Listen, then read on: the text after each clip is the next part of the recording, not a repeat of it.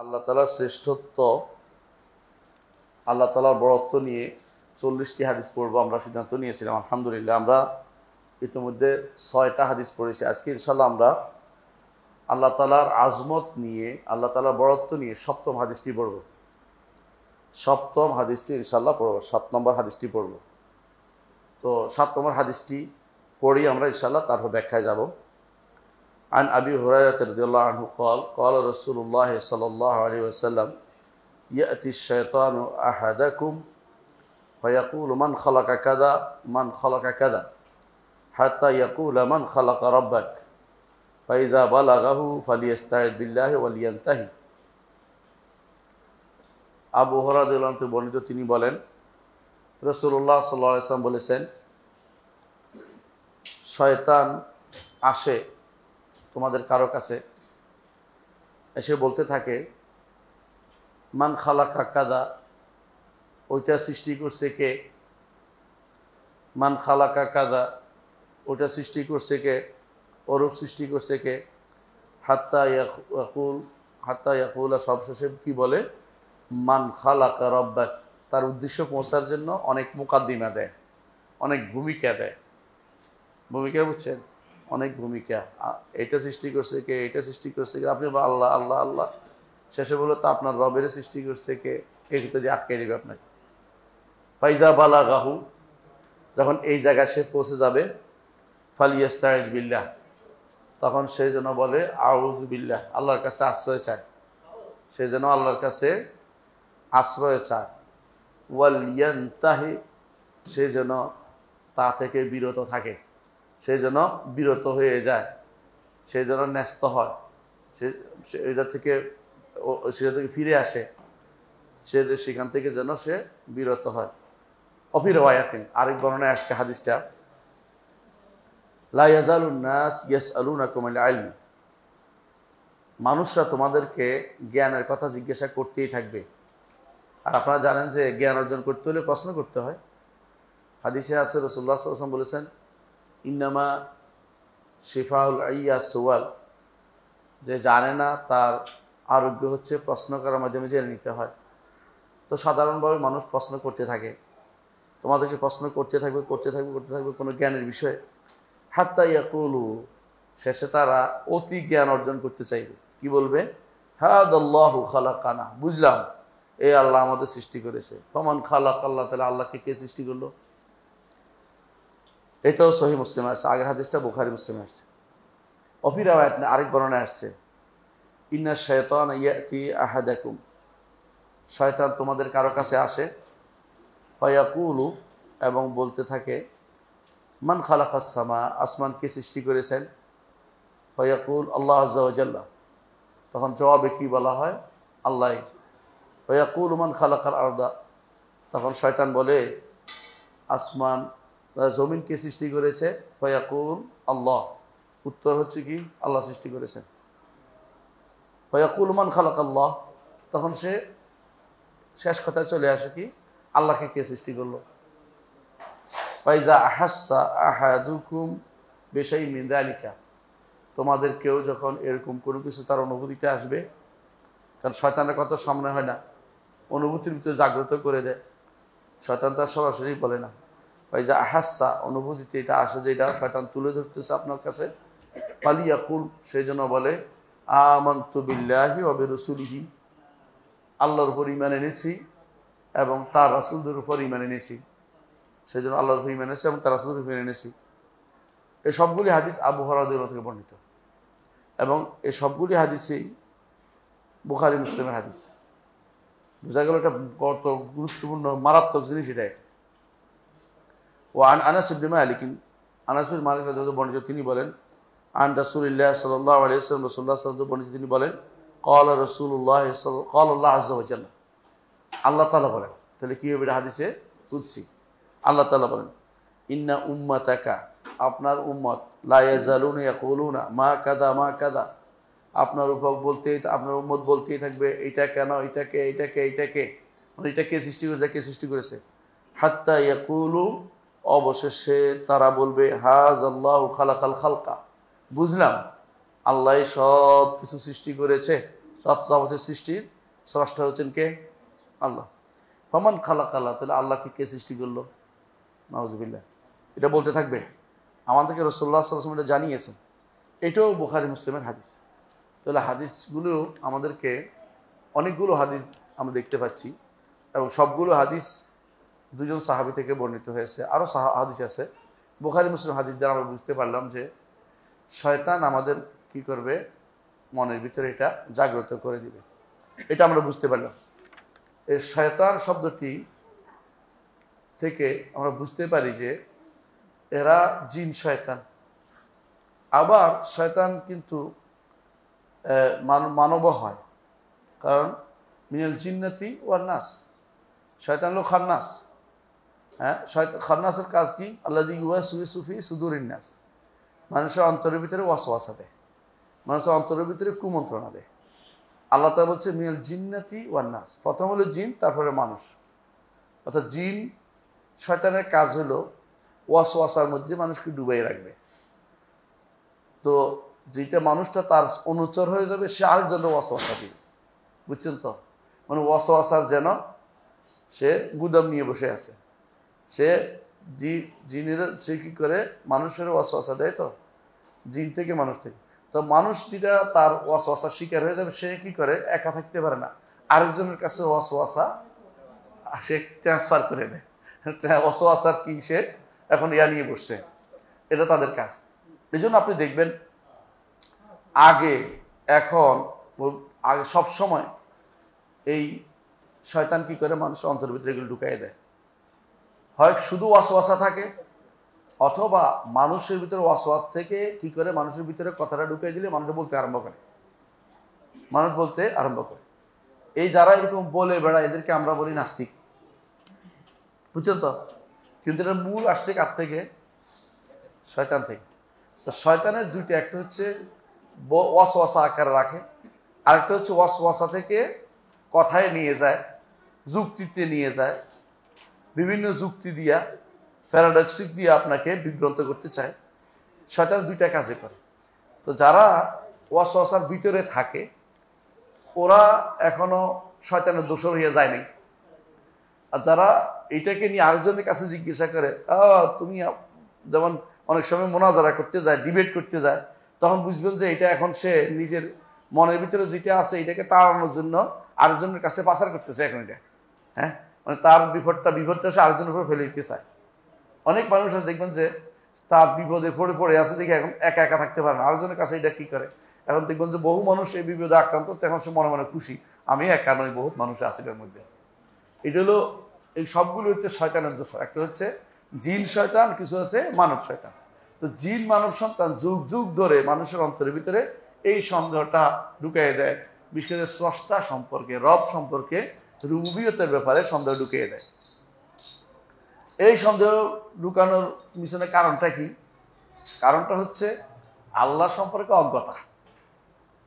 রব সম্পর্কে যাদের পূর্ণ জ্ঞান আছে, তারা কিন্তু এটা আরেকজনের কাছে পাচার করে না, আসলে তাড়াইতে পারে। আর যারা রব সম্পর্কে তাদের আছে, আসবে, এটা যে কোনো মানুষের আসবে, কিন্তু তারা দিতে পারে। আর যার রবের সম্পর্কে অজ্ঞতা আছে, তারা এটাকে ভালো করে নিয়ে বসে যায়, যে বিপদে আছি। হ্যাঁ, বসে যায়, এটা আবার প্রচার করে, আরেকজনের সন্দেহ তৈরি করতে করতে করতে করতে পুরা সে চায় কত মানুষ সন্দেহের ভিতরে সে আবর্তিত করতে পারে। এটা সে ব্যস্ত থাকে। সাধারণত যারা বিপদে থাকে তারা কি করে জানেন? সারা দুনিয়ার মানুষকে যেন বিপদে ফেলতে চিন্তা করবে। কোনোদিন দেখবেন কোনো নারী যদি সে এইডসের রোগে আক্রান্ত হয়, সে চাইবে সারা দুনিয়ার সমস্ত নারী যেন এইডসে আক্রান্ত হয়। সে বিভিন্নভাবে তাদেরকে এইডস দেওয়ার চিন্তা ভাবনা করবে। তো এই জন্য অনেক মানুষ আছে বিপদটাকে আরেকজনের উপরে ট্রান্সফার করার চিন্তা করে। এরা হচ্ছে শয়তানের দোসর সরাসরি। তো এই যে এখানে আমরা এতক্ষণ যে হাদিসগুলো শুনলাম, এর মধ্যে বোঝা গেল যে রব্বুল আলামিনের ব্যাপারে সবচেয়ে বড় জায়গা, আকীদার সবচেয়ে বড় জায়গা রুবুবিয়তের ক্ষেত্রে আসলে মানুষের সাধারণত সন্দেহ থাকার কথা না। কারণ রুবুবিয়ত হচ্ছে ফিতরি জিনিস, সুস্থ ফিতরাত, সুস্থ বিবেক, সুস্থ যে মানুষ স্বভাবজাত, এটা মানুষকে ঈমানের দিকে নিয়ে যায়। তো নষ্ট করে কে? আমরা একদিন বলছিলাম নষ্ট করে কে? অনেকগুলো জিনিস মানুষের সুস্থ বিবেককে নষ্ট করে। এক নম্বর কে? পিতা মাতা। তারপরে কে বন্ধু বান্ধব, তারপরে কে সমাজ, তারপরে তারপরে শয়তান, পরিবেশ সমাজ আর কি, পরিবেশের সমাজ একটাই। আর শয়তান, শয়তান নষ্ট করে। আর কি করে, নিজের প্রবৃত্তিও মাঝে মধ্যে, যেটা নফসুল আম্মারা বিসুর মধ্যে ফু দিয়ে দিয়ে রাখছে শয়তান, নফ, শয়তান যে সমস্ত নফখা, রাসূলুল্লাহ সাল্লাল্লাহু আলাইহি ওয়াসাল্লাম দোয়া করতেন, আউযু বিল্লাহি মিনাশ শাইতান মিন হামজিহি ওয়া নাফসিহি ওয়া নাফখিহি, দোয়া করতেন না, কারণ তার কিছু শ্বাস আছে, তার কিছু ফু আছে, তার কিছু কুমন্ত্রণা আছে, এগুলো দিয়ে দিয়ে দিয়ে দিয়ে নফসুল আম্মারাটা কি করে, নফসুল আম্মারাকে সে একেবারে নষ্ট করে রাখে।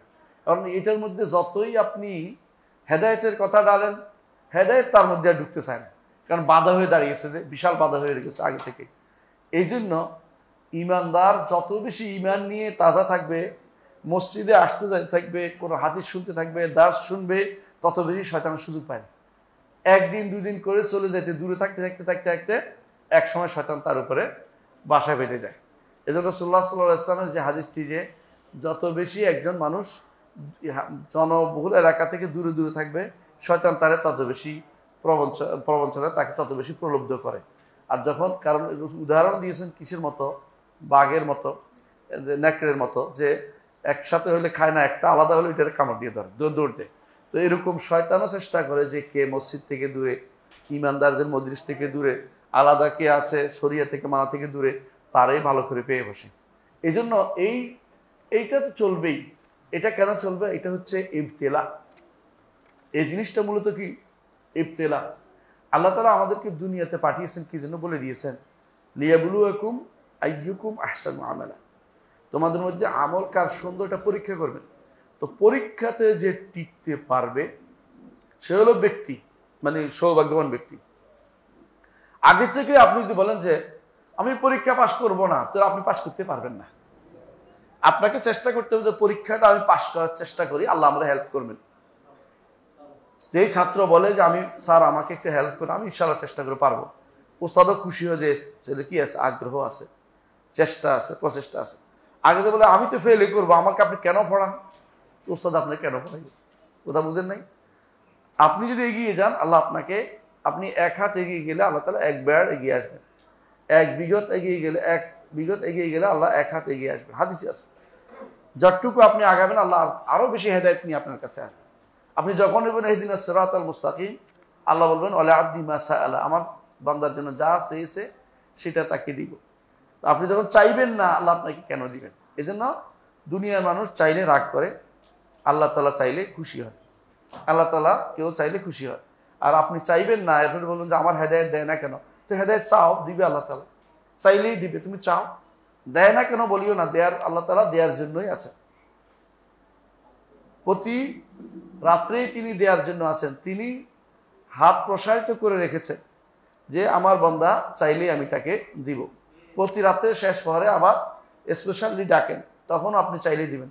কিন্তু তার কাছে না চেয়ে আপনি হেদায়েতের পথে থাকতে পারবেন না কোনোদিন। তার কাছে না চাইতে হবে আপনাকে, কারণ পরীক্ষার ভিতরে আসি আমরা, প্রতিটি মানুষই পরীক্ষার ভিতরে আসে। ইমানদারদের পরীক্ষা আল্লাহ তাআলা বিশেষভাবে করেন। কেন করেন? কারণ সে যে খাঁটি কিনে ইমান, এটা পরীক্ষা হোক। জান্নাত অত্যন্ত মূল্যবান জিনিস, মূল্যবান জিনিসের জন্য একটু কষ্ট করতেই হয়। আপনি বাংলাদেশের সেরা একটা বিশ্ববিদ্যালয়ের প্রফেসর হবেন, একটু কষ্ট করতে হইবে না?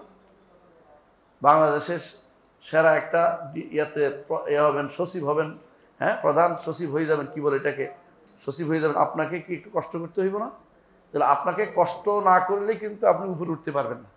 তো আপনি কষ্ট প্রচেষ্টা চালান, আমল করেন, আল্লাহ আপনাকে উপরে উঠাবেন। এই জন্য ইবতিলা সুন্নাতুল্লাহ, আল্লাহর সুন্নত হচ্ছে এই জমিনে তিনি কাউকে ইবতিলা ছাড়া উপরে উঠাবেন না, পরীক্ষা করবেন, এটা তার সুন্নাহ। প্রত্যেকটি মানুষকে আল্লাহ পরীক্ষা করেছেন। রাসূলুল্লাহ সাল্লাল্লাহু আলাইহি ওয়াসাল্লাম এই জন্য বলেছেন, আশাদ্দুন নাসি বালাআন আল আম্বিয়া সুম্মাল আমসালু ফাল আমসাল, সবচেয়ে বেশি পরীক্ষা করেন নবীদেরকে, তারপর তাদের মতো যারা তারা, অর্থাৎ নবীদের মতো কারা হতে পারে। কারণ সিদ্দিকিন, শুহাদা, সালেহিন এরা কি করে? পরীক্ষায় উত্তীর্ণ মানুষ। সিদ্দিকিনরা প্রত্যেকটি কথা সত্য বলে বিশ্বাস করে, তাদের আর সন্দেহ আসে না, শুভ আসে না, তাদের প্রবৃত্তি তাড়নাও আসে না, বিশাল ব্যাপার তাদের জন্য এটা। শুহাদারা জান দিয়ে দিছে আল্লাহর জন্য, সালেহিনরা হারাম ত্যাগ করেছে এবং আল্লাহর নির্দেশকে প্রতিপালন করেছে, এরা পরীক্ষায় পাস। এই জন্য উলাইকা আল্লাযিনা আনআমাল্লাহু আলাইহিম মিনান নাবিয়্যিন ওয়াস সিদ্দীকিন ওয়াশ শুহাদা ওয়াস সালিহিন। পরীক্ষায় পাস করতে হলে এই জন্য কষ্ট করতে হবে। এই কষ্টটাই হচ্ছে আপনাকে আল্লাহর নির্দেশ মোতাবেক চলতে হবে। লিয়াবলুয়াকুম আইয়ুকুম আহসানু আমালা, পরীক্ষা করবেন তিনি এই জন্য জগতে। আর যারা পরীক্ষা একবার ফেল করে গেছে ওদের নিয়ে আর পরীক্ষার কিছু নেই। কাফেররা তাদের পরীক্ষার কিছু নেই। একজন বলতেছিল যে কাফেরদের অন্তরে এত এত কুমন্ত্রণা আসে না। কাফেরদের কুমন্ত্রণা কেন আসবে বলেন তো? তা তো পরীক্ষার দরকার, তা তো প্রথমবারেই ফেল হয়ে গেছে, তারা আর পরীক্ষার জায়গা নেই। কথা বুঝছেন কিনা? অনেকে বলে যে কাফের একজন আছে তার হাসিও পায়নি। আমার ইউনিভার্সিটিতে একজন আছে, সে তো নামাজও পড়ে না, দিনও মানে না, কিছু মানে না, কোনোদিন তারা হাসি দিতে দেখিনি, মানে সর্দিও পায় না তারা। বুঝলেন না কথাটা? তো বলতে এটা কেমন মানুষ? এরাই হচ্ছে দুর্ভাগা।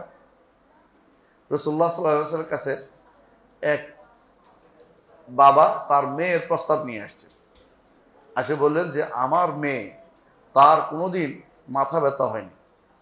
রাসূলুল্লাহ সাল্লাল্লাহু আলাইহি ওয়াসাল্লাম বললেন যে না, এরকম মেয়ে আমি বিয়ে করতে চাই না, কারণ মাথা ব্যথা হয় না এর অর্থ শয়তান তার উপর ওয়াসওয়াসা হয়েছে। কারণ তো হবেই, ইমানদারের কিছু না কিছু রোগ হবেই।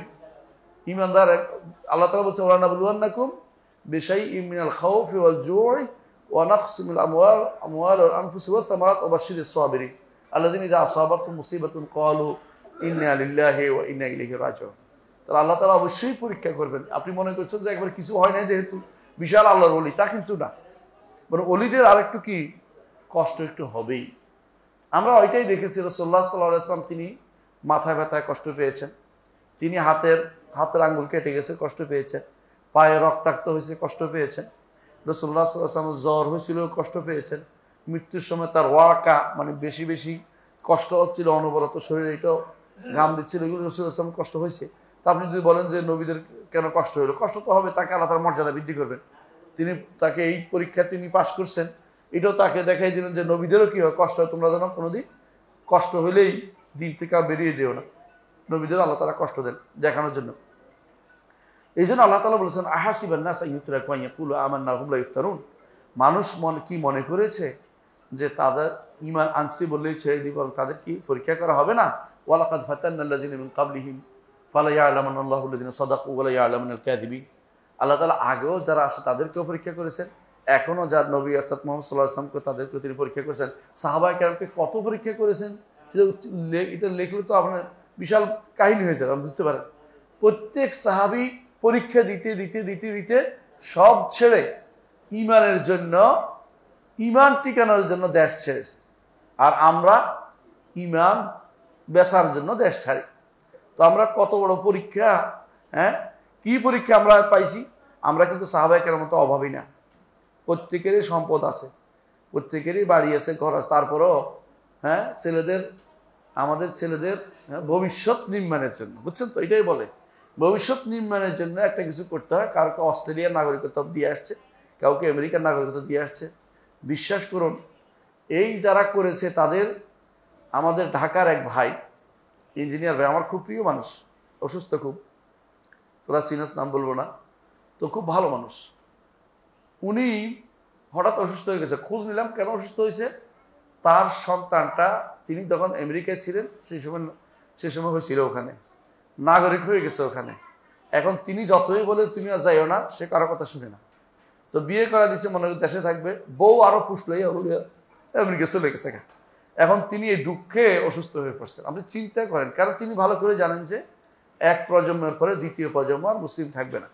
তো পরীক্ষায় টিকলো না হেরে গেল, উল্টে গেছে।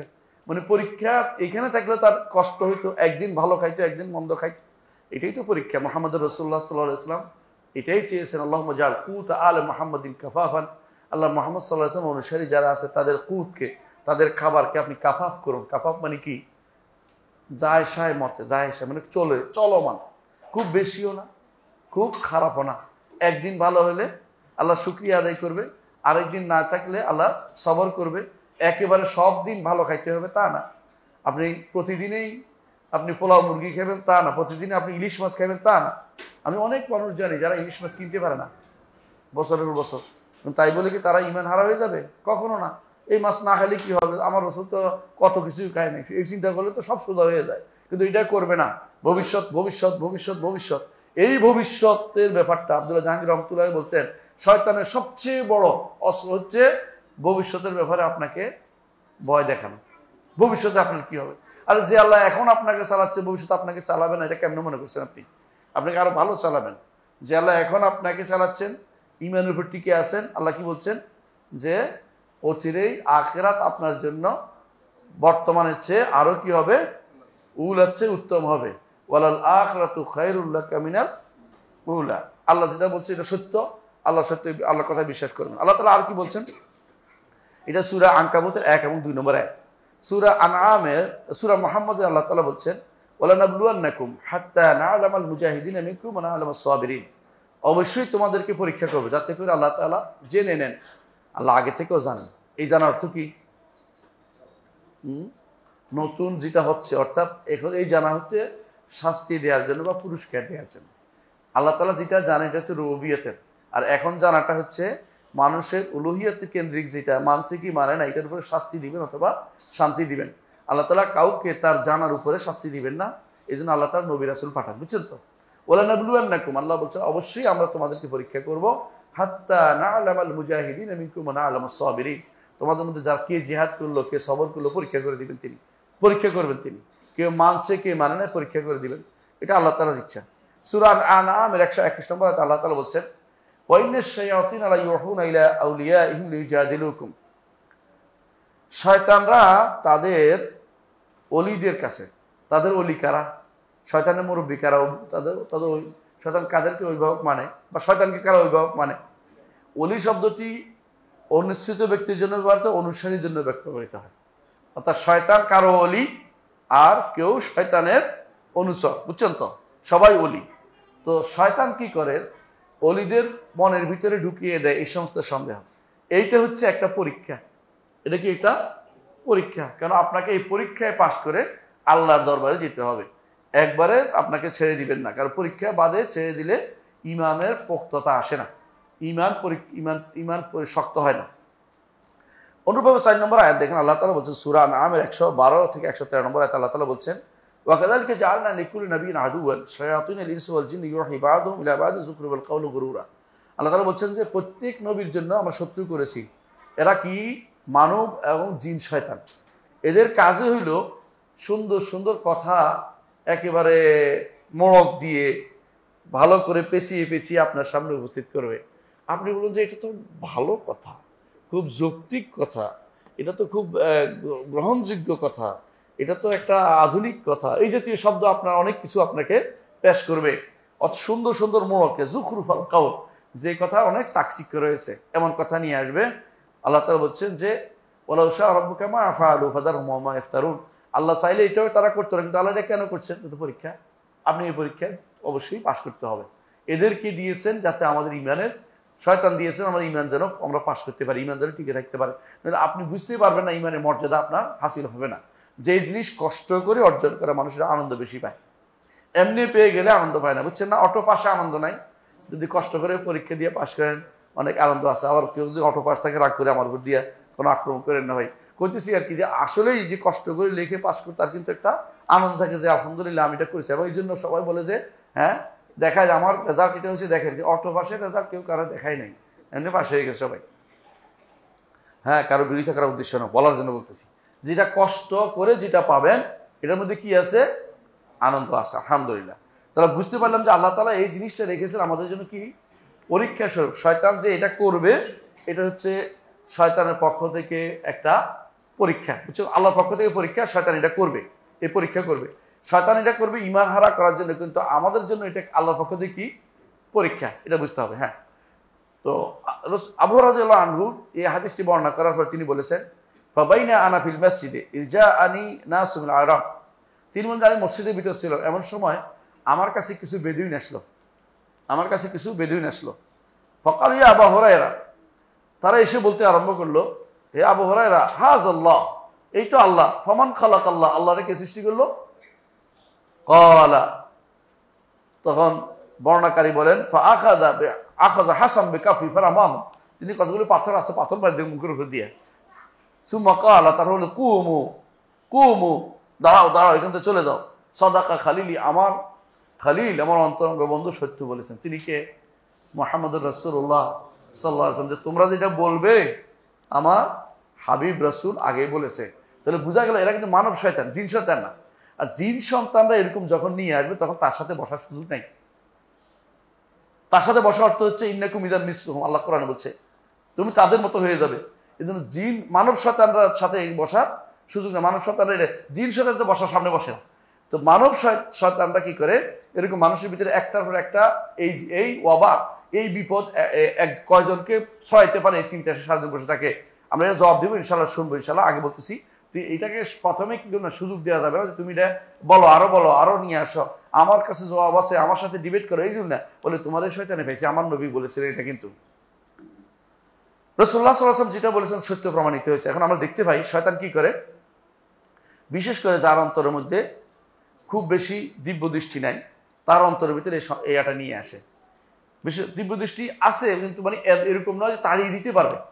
আবু বকরের অন্তরে কিন্তু আসবে না, কথা বলছি। উমরের অন্তরে আসবে না, ইমানদার অন্তরে আসবে, কোনো সন্দেহ নেই। কিন্তু ইমানের মধ্যে যারা বেশি পোক্ত তাদের অন্তরে এই সন্দেহটা নিয়ে বেশিক্ষণ থাকতে পারে না। এই সন্দেহ আসলে সে বলে দেয় এই তো শয়তান পক্ষ থেকে আসছে, তাড়িয়ে দেয়, আসেও না। অন্যদের অন্তরে একটু চেষ্টা করে সে খোঁচাইতে, যে এখানে কোনো এই দুর্গে আঘাত হানা যায় কিনা দেখি, ইমানের দুর্গে কিভাবে আঘাত হানতে পারে। তখন সে খুবই আক্রমণ করে, ইমানদারের মধ্যে ঢুকতে থাকে। এবং দেখতে পাই যে তাহলে কখনো কখনো কি করে, ইমানদারের কাছে ঢুকে চেষ্টা করে না। আবার কখনো কখনো কারো অন্তরের ভিতরে ঢুকে, এলহাদ যারা নাস্তিক যারা তাদের অন্তরের ভিতরে ঢুকে এটা কি করে, বসে যায়। এবং সে এটা নিয়ে সারা দুনিয়া বলে বেড়ায়। এবং এটাকে সে মনে করে যে আমি তো কার্যকারণ খুঁজতেছি, আমি তো জ্ঞানের কথা বলতেছি, আমি তো বিজ্ঞানের কথা বলতেছি। এটা বিজ্ঞান নাম দিবে, বিজ্ঞান বড় বড় বন্ধু, বিজ্ঞান নাম দিবে, এটাকে আরো কত কিছু নাম দেওয়ার হিসাব নেই। এবং তার এটাকে সে মনে করবে শ্রেষ্ঠ যুক্তি। এরপরে আপনি যত রকমের কথাই বলেন তার কাছে আর পছন্দ হবে না, কারণ শয়তান তার মধ্যে কি করছে, বাসা বেঁধে আছে, এটাকে তাড়াইতে পারতেছে না। এরা হলো নাস্তিক গোষ্ঠী। নাস্তিক গোষ্ঠী কি বলে, এখনো দেখবেন সবসময় বলবে আচ্ছা তোমার আল্লাহ তো সবকিছু সৃষ্টি করে, তোমার আল্লাহ সৃষ্টি করছে, এটা বলবি। তাদের এটা স্বাভাবিক, সমস্ত নাস্তিকের একটাই প্রযুক্তি। তো তুমি যদি সৃষ্টির কথায় আসো, তারা প্রথমে বলবে যে এগুলি মেটাফিজিক্স, এগুলি আলোচনা করবো না, যে স্রষ্টাকে সৃষ্টিকে আমি আলোচনা করবো, আমি আছি এক গোষ্ঠী আছে। আরেক গোষ্ঠী বলবো না, যদি মেনে নিলাম তোমার সাথে আমি ঝগড়া গেলাম যে স্রষ্টা আল্লাহ সৃষ্টি করেছে, তো আল্লাহকে সৃষ্টি করেছে এটা বলবি। নাস্তিকদের এই কাজ না। এইটাও কিন্তু পুরোটাই উত্তর কি হবে, এই প্রশ্নটাই ভুল। কেন ভুল তাকে বলতে হবে যে এটা তুমি উল্টেই দিছ। কারণ তুমি আগে বলো যে তুমি স্রষ্টা স্বীকার করো কিনা, প্রথমে এক কথা। যদি বলে আমি স্রষ্টা মানি না, তো তোমার প্রশ্ন দরকার নেই, তুমি আউট। আর বলো স্রষ্টা মানি, তাহলে স্রষ্টা যদি মানো তাহলে এটা বলতে পারো না যে স্রষ্টাকে কে সৃষ্টি করেছে, তাহলে তুমি স্রষ্টাই হইবেন না। মানে যদি স্রষ্টাকে কেউ সৃষ্টি করে তিনি স্রষ্টা হইবেন কি করে?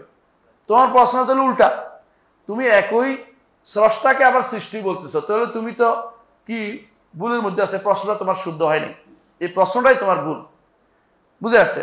তাকে বলতে হবে যে প্রথম বিবেকেই বলে, এটা স্বাভাবিক বিবেকের প্রথম কথাই হচ্ছে এটা স্রষ্টা এবং সৃষ্টি একসাথ হয় না। কোনো সত্তার ভিতরে হয় তিনি স্রষ্টা হবেন, নাহলে কি হবেন, সৃষ্টি হবেন। স্রষ্টা আর সৃষ্টি দুইটা একসাথ করে ফেলতেছো তুমি তো প্রশ্নের মধ্যে গাঁজাখুরি গল্প প্রশ্ন করছো। তুমি এই প্রশ্ন হইতে পারে না, কারণ সৃষ্টি কখনো স্রষ্টা হইতে পারে না। তুমি আল্লাহকে সৃষ্টি করছে কথা বলতে পারো না, কারণ তিনি এই সৃষ্টির ইয়ার ভিতরে পড়বে না, এই রেঞ্জের ভিতরে তিনি নাই, সৃষ্টির রেঞ্জের ভিতরে তিনি নাই। তুমি এই রেঞ্জে ঢুকাচ্ছ কেন থেকে? দ্বিতীয়ত তাকে বলবেন যে আচ্ছা মেনে নিলাম তোমার কথাটা যে এইভাবে সৃষ্টি, হ্যাঁ সৃষ্টি আল্লাহকে কে সৃষ্টি করেছে, তো আল্লাহকে আগে সৃষ্টি করে, তাহলে এটা আল্লাহ না আমার, তুমি যেটা বলতেছো। কারণ তাহলে কি হবে, দাওয়াত আসবে, তুমি এটা কোনোদিন শেষ করতে পারবে না। কারণ হলো কি, আল্লাহকে সৃষ্টি করেছে, আরেকজনকে এই আল্লাহকে করছে, ওই আল্লাহকে করছে, এটা হচ্ছে কোন দিকে দেবো, জীবনে কোনোদিন আস বন্ধ হবে না। আর তুমি এমন এক জায়গায় গেছো যে জায়গায় তোমার কোনো কি নাই, সমাধান নাই। তুমি এই সমাধান তুমি নিজেও করতে পারবো না, আর এটা হয়ও না। আকলান এই যে শেষ পর্যন্ত যাওয়া, এটা কোনোদিন বৈধতা নেই। ইবনে তাইমিয়া রাহমাতুল্লাহ আলাইহি এটাকে সুন্দর জবাব দিচ্ছেন। তিনি বলতেছেন যে সৃষ্টি, যে কোনো জিনিস সৃষ্টি একটা স্রষ্টার মুখাপেক্ষী, কোনো সন্দেহ নেই। কিন্তু যদি আপনি বলেন যে স্রষ্টাও কিছুর মুখাপেক্ষী, তাহলে তিনি স্রষ্টা হবেন না, মুহদাস। তিনি বলছেন আল মুহদাসাত ইয়াফতাকিরু ইলা মুহদাস, যে কোনো সৃষ্টি একজন স্রষ্টার প্রতি মুখাপেক্ষী। এখন যে আপনি স্রষ্টারও মুখাপেক্ষী বলেন, তো তিনি তো আর স্রষ্টা নন। এটা উনি একটা উদাহরণ বলছেন যে এটা যে তাসালসুল হয়, তাসালসুল হইতে পারে তার কাছে, তাসালসুল বলে এটাকে। এটা হচ্ছে ধারাবাহিক, একটার পর একটা অনবরত, একটা দাবি করে যে এটা কে গেলো, ওইটা কে গেলো, ওইটা গেলো, এইভাবে বলতে থাকা। ওইটা হয় মুআসসির হইতে পারে, মুআসসির হইতে পারে না। এটা হইতে পারে আসারের মধ্যে। আসার বুঝছেন? আপনি পানি বানাইছেন, পানি থেকে আল্লাহ পানি বানাইছে, পানি থেকে আপনি কি বানাইছেন? আবার এটা বানাইছে। আবার আল্লাহ তাআলা ধরেন মাটি বানাইছে, মাটি থেকে কি বানাইছেন? মানুষ বানাইছে। আবার দেখেন, আবার মানুষ থেকে কি হয়েছে? মাটি হচ্ছে। আবার কি হচ্ছে? গাছগাছালি হচ্ছে। এগুলো আসার। আসারের মধ্যে তিনি বলতেছেন আসারের মধ্যে, অর্থাৎ একটার পর একটা হতে থাকে, কিন্তু মুআসসির প্রভাবকের মধ্যে কয়েকটা হতে পারে না, প্রভাব একটাই হয়। মানে যিনি পূর্ণতা মুআসসির, পূর্ণ যিনি সব প্রভাব পড়ে, এটা একজন। এটা যদি কোনো কয়েকটা হয় তাহলে এই প্রভাব না, আগের প্রভাবটা খুঁজতে হবে। এটা কোনোটাই আসল প্রভাবক না। আর আল্লাহ তাআলা আসল প্রভাবক, মূল প্রভাবক যিনি, তিনি কয়েকটা হইতে পারেন না। এই জন্য তিনি বলেন যে দুনিয়াতে যত কর্ম হয়েছে তা আগেও হয়েছে, এখনো হচ্ছে, ভবিষ্যতে হবে কর্ম, কিন্তু কর্মকারী কয়েকটা হতে পারে না। তিনি হচ্ছেন কে? রব্বুল আলামিন একজন। এটাকে বলা হয় যে তাসালসুল ফিল মুআসসিরি মামনুউন ওয়া তাসালসুল ফিল হাওয়াদিসি জায়েজুন। এটা হলো আকীদার মাসআলা, যেটা অনেকেই বুঝে না। এটা কিন্তু গুরুত্বপূর্ণ একটা মাসআলা, যে হাওয়াদিস যেগুলি, অর্থাৎ মাখলুকাত, এগুলি হতে পারে একদম, আমি মরে গেলে মাটি হবে, মাটি আবার কি হবে? গাছগাছালি হবে, এটা হবে, এটা হবে, কত কিছু হয়ে যাচ্ছে। এবং মাটি থেকে আরেকটা কিছু তৈরি হচ্ছে, পাথর হয়ে যাচ্ছে, অনেক কিছু হচ্ছে, ইট বানাচ্ছে কেউ, এটা হতেই পারে, একটার পর একটা চলতে থাকবে, বন্ধ হবে না। কিন্তু মুআসসির যদি কোনো আপনি কয়েকটা বানায় থাকেন, তাহলে আসার কিসে করছে? মুআসসির তাম যিনি, পরিপূর্ণ যিনি প্রভাব পড়বে, তিনি কে? রব্বুল আলামিন। সেখানে আর উল্টা দিকে যাওয়ার কোনো সুযোগ নাই। তো বলতে হবে তার কারণে এগুলি হচ্ছে। আমি যদি কোনো উপর দিকে যেতে থাকি, তাহলে আমার কোনোটাই, দুনিয়ার কোনো কিছু সৃষ্টি আর স্রষ্টা ভাগ করার আর কোনো সুযোগ থাকবে না, যেটা ফালাসিফা বা দার্শনিকরা বলে থাকেন। এটা ভুল। আচ্ছা, এখানে আরেকটা জিনিস অনেকে বলতে পারে। এই জন্য ইমাম খাত্তাবী বলতেছেন, ইমাম খাত্তাবী তিনি বলতেছেন আল খালিকু ইস্তাহিলু আন ইয়াকুনা মাখলুকান থুম্মা লাউ কানা সুআলু মুত্তাজিহান লাস্তাজামা তাসালসুল ওয়া মুহাল। স্রষ্টা কোনোদিন সৃষ্টি হইতে পারেন না, সুতরাং তিনি তাকে কে সৃষ্টি করেছে? এটা প্রশ্নটাই উল্টা। যদি এটা বলা হয়, তাহলে কোনোদিন এই ধারাবাহিকতা বন্ধ হবে না, কারণ উল্টা প্রশ্ন চলতে থাকবে। এটা হলো তাসালসুল। আচ্ছা, এখন কেউ আবার এটা বলতে পারে, দেখেন, আপনাকে প্রশ্ন করতে পারে তারা, বিভিন্ন মালাহেদা যারা, নাস্তিক যারা, ওরা কি বলে? আপনার রব কি এমন কোন পাথর সৃষ্টি করতে পারেন যেটা তিনি বহন করতে পারবেন না? মানে কয়টা জিনিস কইছে, সালাকি করছে, বুঝছেন তো? সালাকি একটু বুঝাই দিব কেমন বলে। প্রথমে আপনি যদি বলেন যে তিনি পারেন না, তাহলে বলেন তো তোমার স্রষ্টা তো পারে না। আর যদি বলেন তিনি পারেন, বুঝছেন তো, তাহলে বলেন যে হ্যাঁ, তাহলে তিনি বহন করতে পারেন না, তো এমন কোন পাথর সৃষ্টি করতে পারবেন যেটা তিনি বহন করতে পারেন না, তোমার স্রষ্টা তাহলে বহন করতে পারে না। প্রশ্ন আমরা ঘুরিয়ে দিচ্ছি, বুঝছেন তো, যে আপনার রব কি এমন কোন পাথর বানাইতে পারে যে পাথরটা তিনি বহন করতে পারে না? মানে দেখছেন তো কেমনে উল্টে দিল কথাটারে, মানে উল্টে দিচ্ছে কথা, মানে একই কথার ভিতরে হ্যাঁ না দুইটা ঢুকে, যাতে করে উত্তর দিতে না পারে, তাই না? এইটা কিন্তু মূলত তাদের একটা কি করে মুগালাতা বলা হয়, যে এটা হচ্ছে মানুষকে বিভ্রান্ত করা একটা পদ্ধতি। এটা যারা মান্তিক পড়ে, যারা দর্শন শাস্ত্র পড়ে, এদের কাজ হলে এই জাতীয় জিনিস বলা, যাতে করে যারা আস্তিক আছে ওদেরকে নাস্তিক বানানোর পদ্ধতি তারা আবিষ্কার করে। কিন্তু আমাদের কাছে এটা জবাব একদম সোজা। কি বলেন? এক নম্বর হচ্ছে আমার রব সব পারেন। এক নম্বর কথা, তিনি কাদের, যে ব্যক্তি কুদরত বুঝে সে ব্যক্তি আল্লাহ তাআলা সব সৃষ্টি করতে পারেন। তবে মুস্তাহিল, অসম্ভব জিনিস আমার রবের সাথে সম্পৃক্ত করা হবে না। মানে বুঝেন কিনা? একটা মুমকিন, সম্ভব, যেমন আমি মুমকিন, তাই না? এবং মুস্তাহিল, এমন যে কেউ বলে আল্লাহ কি নাই হইতে পারেন কিনা, বলে এটা নাই হবে কেন? স্রষ্টা না হওয়ার জিনিসটা অসম্ভব জিনিস, তাহলে সৃষ্টি থাকতো না। সৃষ্টি রাখার জন্য আল্লাহ তাআলা তাখুযু সিনাতুম ওয়ালা নাওম, তার সিনাও নাই, নওমও নাই, মানে কাইয়ুম, সবকিছু রাখেন। তো আপনি এই জাতীয় প্রশ্ন, মুস্তাহিল, অসম্ভব প্রশ্ন আপনি করতে পারেন না, যেটা আছে উল্টাটা বলতে পারেন না। এখন যদি কেউ বলে যে আপনার হাত এখন আছে, হাতের ভিতরে আপনার হাত আছে, আপনার হাতের ভিতরে কি কোনো পৃথিবী থাকতে পারে কিনা? বলে এটা কোন ধরনের কথা? এটার ভিতরে এটা থাকা জিনিস না। তো আল্লাহ তাআলার জন্য যে জিনিস, আল্লাহ তাআলার জন্য অনেকে আছে কি করে, আল্লাহ কি জুলুম করতে পারে কিনা, আল্লাহ কি মিথ্যা বলতে পারে কিনা, এই জাতীয় প্রশ্নগুলি করে। এগুলি কেন বলবে না? কারণ এগুলি তার গুণ নয়, তিনি বলে দিয়েছেন।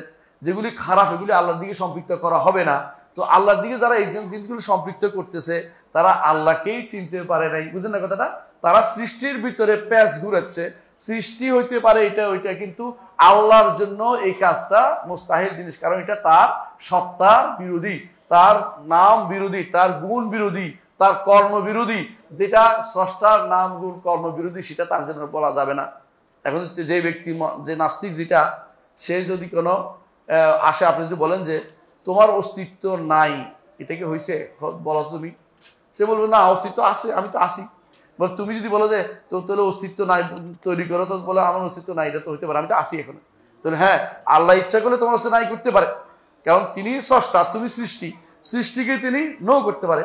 স্রষ্টা তো নো হওয়ার জিনিস না। আর তুমি যে বলছো তিনি কি পারেন কিনা, এটা এই প্রশ্নটাই তোমার কি ভুল, কারণ তিনি কাদের মতলক আলা কুল্লি শাইইন কাদির, সবকিছু তিনি করতে সক্ষম। তোমার এই প্রশ্নটাই ভুল ছিল। এইটা বলা তার ওই বলি, তার প্রশ্ন উত্তর দিতে হবে। কথা বুঝতে পারছি? এক নম্বর উত্তর কি তাহলে, যে তোমার আল্লাহর কুদরত কখনো অসম্ভব জিনিসের সাথে সম্পৃক্ত করা ঠিক নয়। যেটা হবে না, এটা কোনোদিন একই সময় কোনো জিনিস নাই আছে দুইটা করা যাবে না, হয় আছে অথবা নাই করতে হবে। সংবাদ কখনো দুই রকম হয় না, নাই আছে। কথা বুঝছেন কিনা? সুতরাং যারা মুস্তাহিল, আল্লাহকে প্রথমে আল্লাহকে যারা বলে যে তিনি কি পাথর উড়াইতে পারেন কিনা, এটা এই কথাটা তো হইতে পারে না। পাথর উঠাবেন কেন তিনি? কারণ তার কুনের মধ্যে, তার কুদরতের হলো, তার কুদরতের কোনো কি নাই, শেষ নাই। তার কুদরতের কোনো কেউ কোনোদিন সীমা দিতে পারবে না যে তার কুদরত, তার কত ক্ষমতা তার আছে। তুমি এটাকে উল্টো দিক দিয়ে ঘুরে দিছ যে এমন কোনো পাথর বানাইতে পারবে না যে এই পাথর তিনি বহন করতে পারবে কিনা, বহন করতে পারবে না, এই জাতীয় কথা। প্রথমটা দ্বিতীয় অংশের বিরোধী।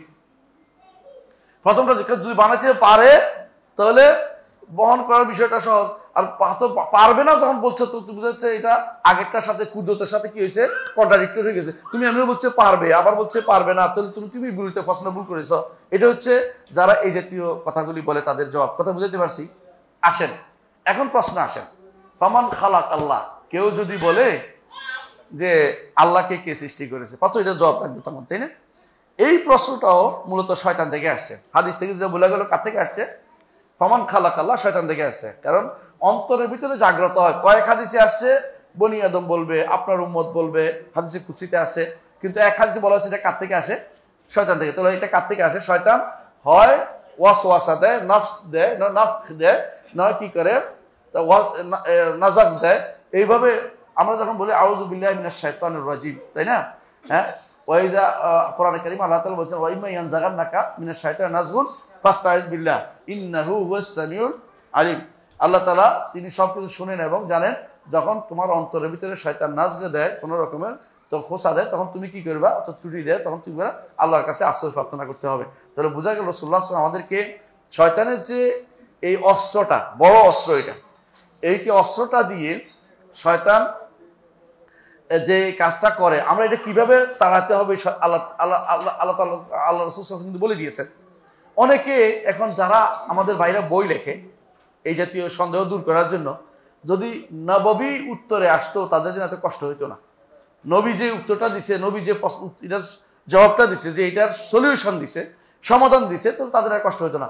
কিন্তু নববী সমাধান না আসা, একটার পর একটা, যুক্তির পর যুক্তি, পাল্টার পর পাল্টা আসতেছে, এরপরে এটা, এটা কিন্তু কোনোদিন শেষ হবে না।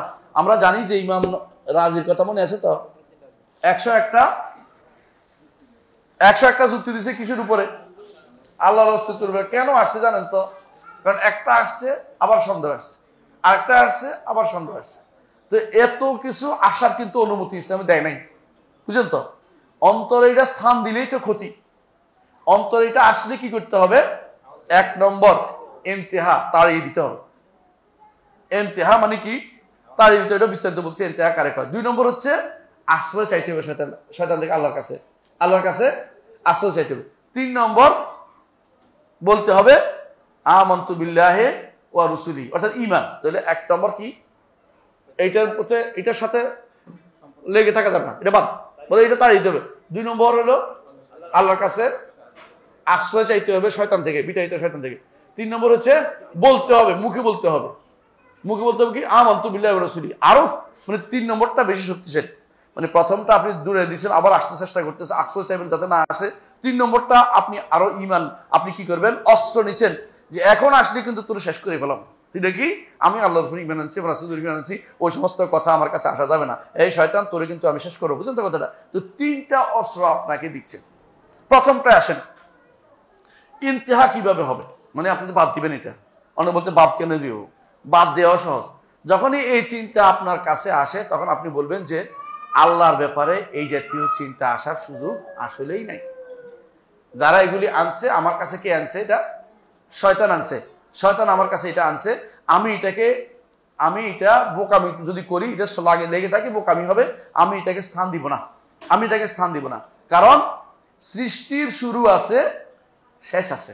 স্রষ্টার শুরু নাই, শেষ নাই। স্রষ্টার কাছেই সবকিছু শেষ হবে। ও আন্না ইলা রাব্বিকাল মুনতাহা, সূরা নাজমের 42 নম্বর আয়াতে আল্লাহ এটা বলেছেন।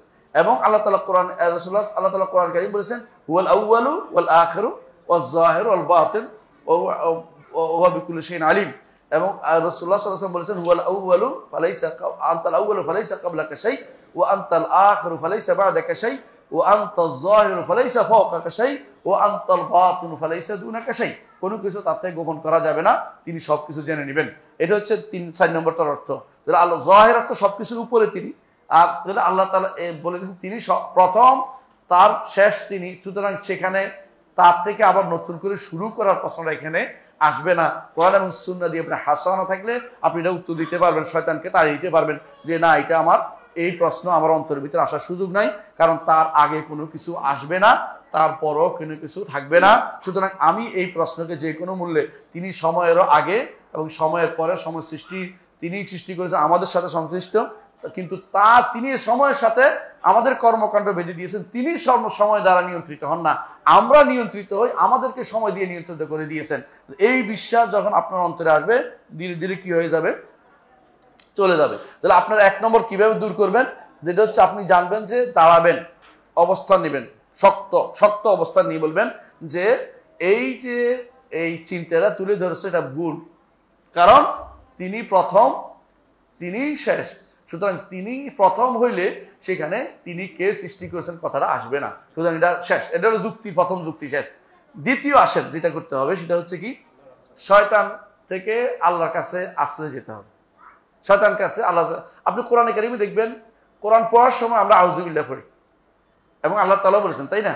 এবং কোরআন পড়ার সময় আল্লাহ তাআলা তার নবীকেও বলেছেন যে ফাস্তাইজ বিল্লাহি মিনাশ শাইতানির রাজিম। এবং আল্লাহ তাআলা আমাদেরকে বলেছেন যখনই অন্তরের ভিতরে এরকম খারাপ কিছু আসে আমরা যেন আল্লাহর কাছে আশ্রয় চাই। এবং যখনই নামাজের ভিতরে এরকম কিছু আসলে আমরা কি করি, বাম দিকে 3বার থুতু ফেলি, তাই না? হাদিসে আসছে। এবং আমরা শয়তান যদি খারাপ স্বপ্ন দেখায় সেখানেও কিন্তু আমরা আশ্রয় চাই। এটা তো আমরা সারাদিন যদি আল্লাহর কাছে আশ্রয় চাই, আমরা কিন্তু আল্লাহ তাআলা আমাদেরকে আশ্রয় দিবেন। তাহলে আমাদেরকে শয়তান যেন আরেকবার আসতে না পারে, দ্বিতীয়বার, এই জন্য আমাদেরকে অথবা যেটা আসছে এটাকে তাড়ানোর জন্য আল্লাহর আশ্রয় নেওয়া এটা আমার খুবই দরকার।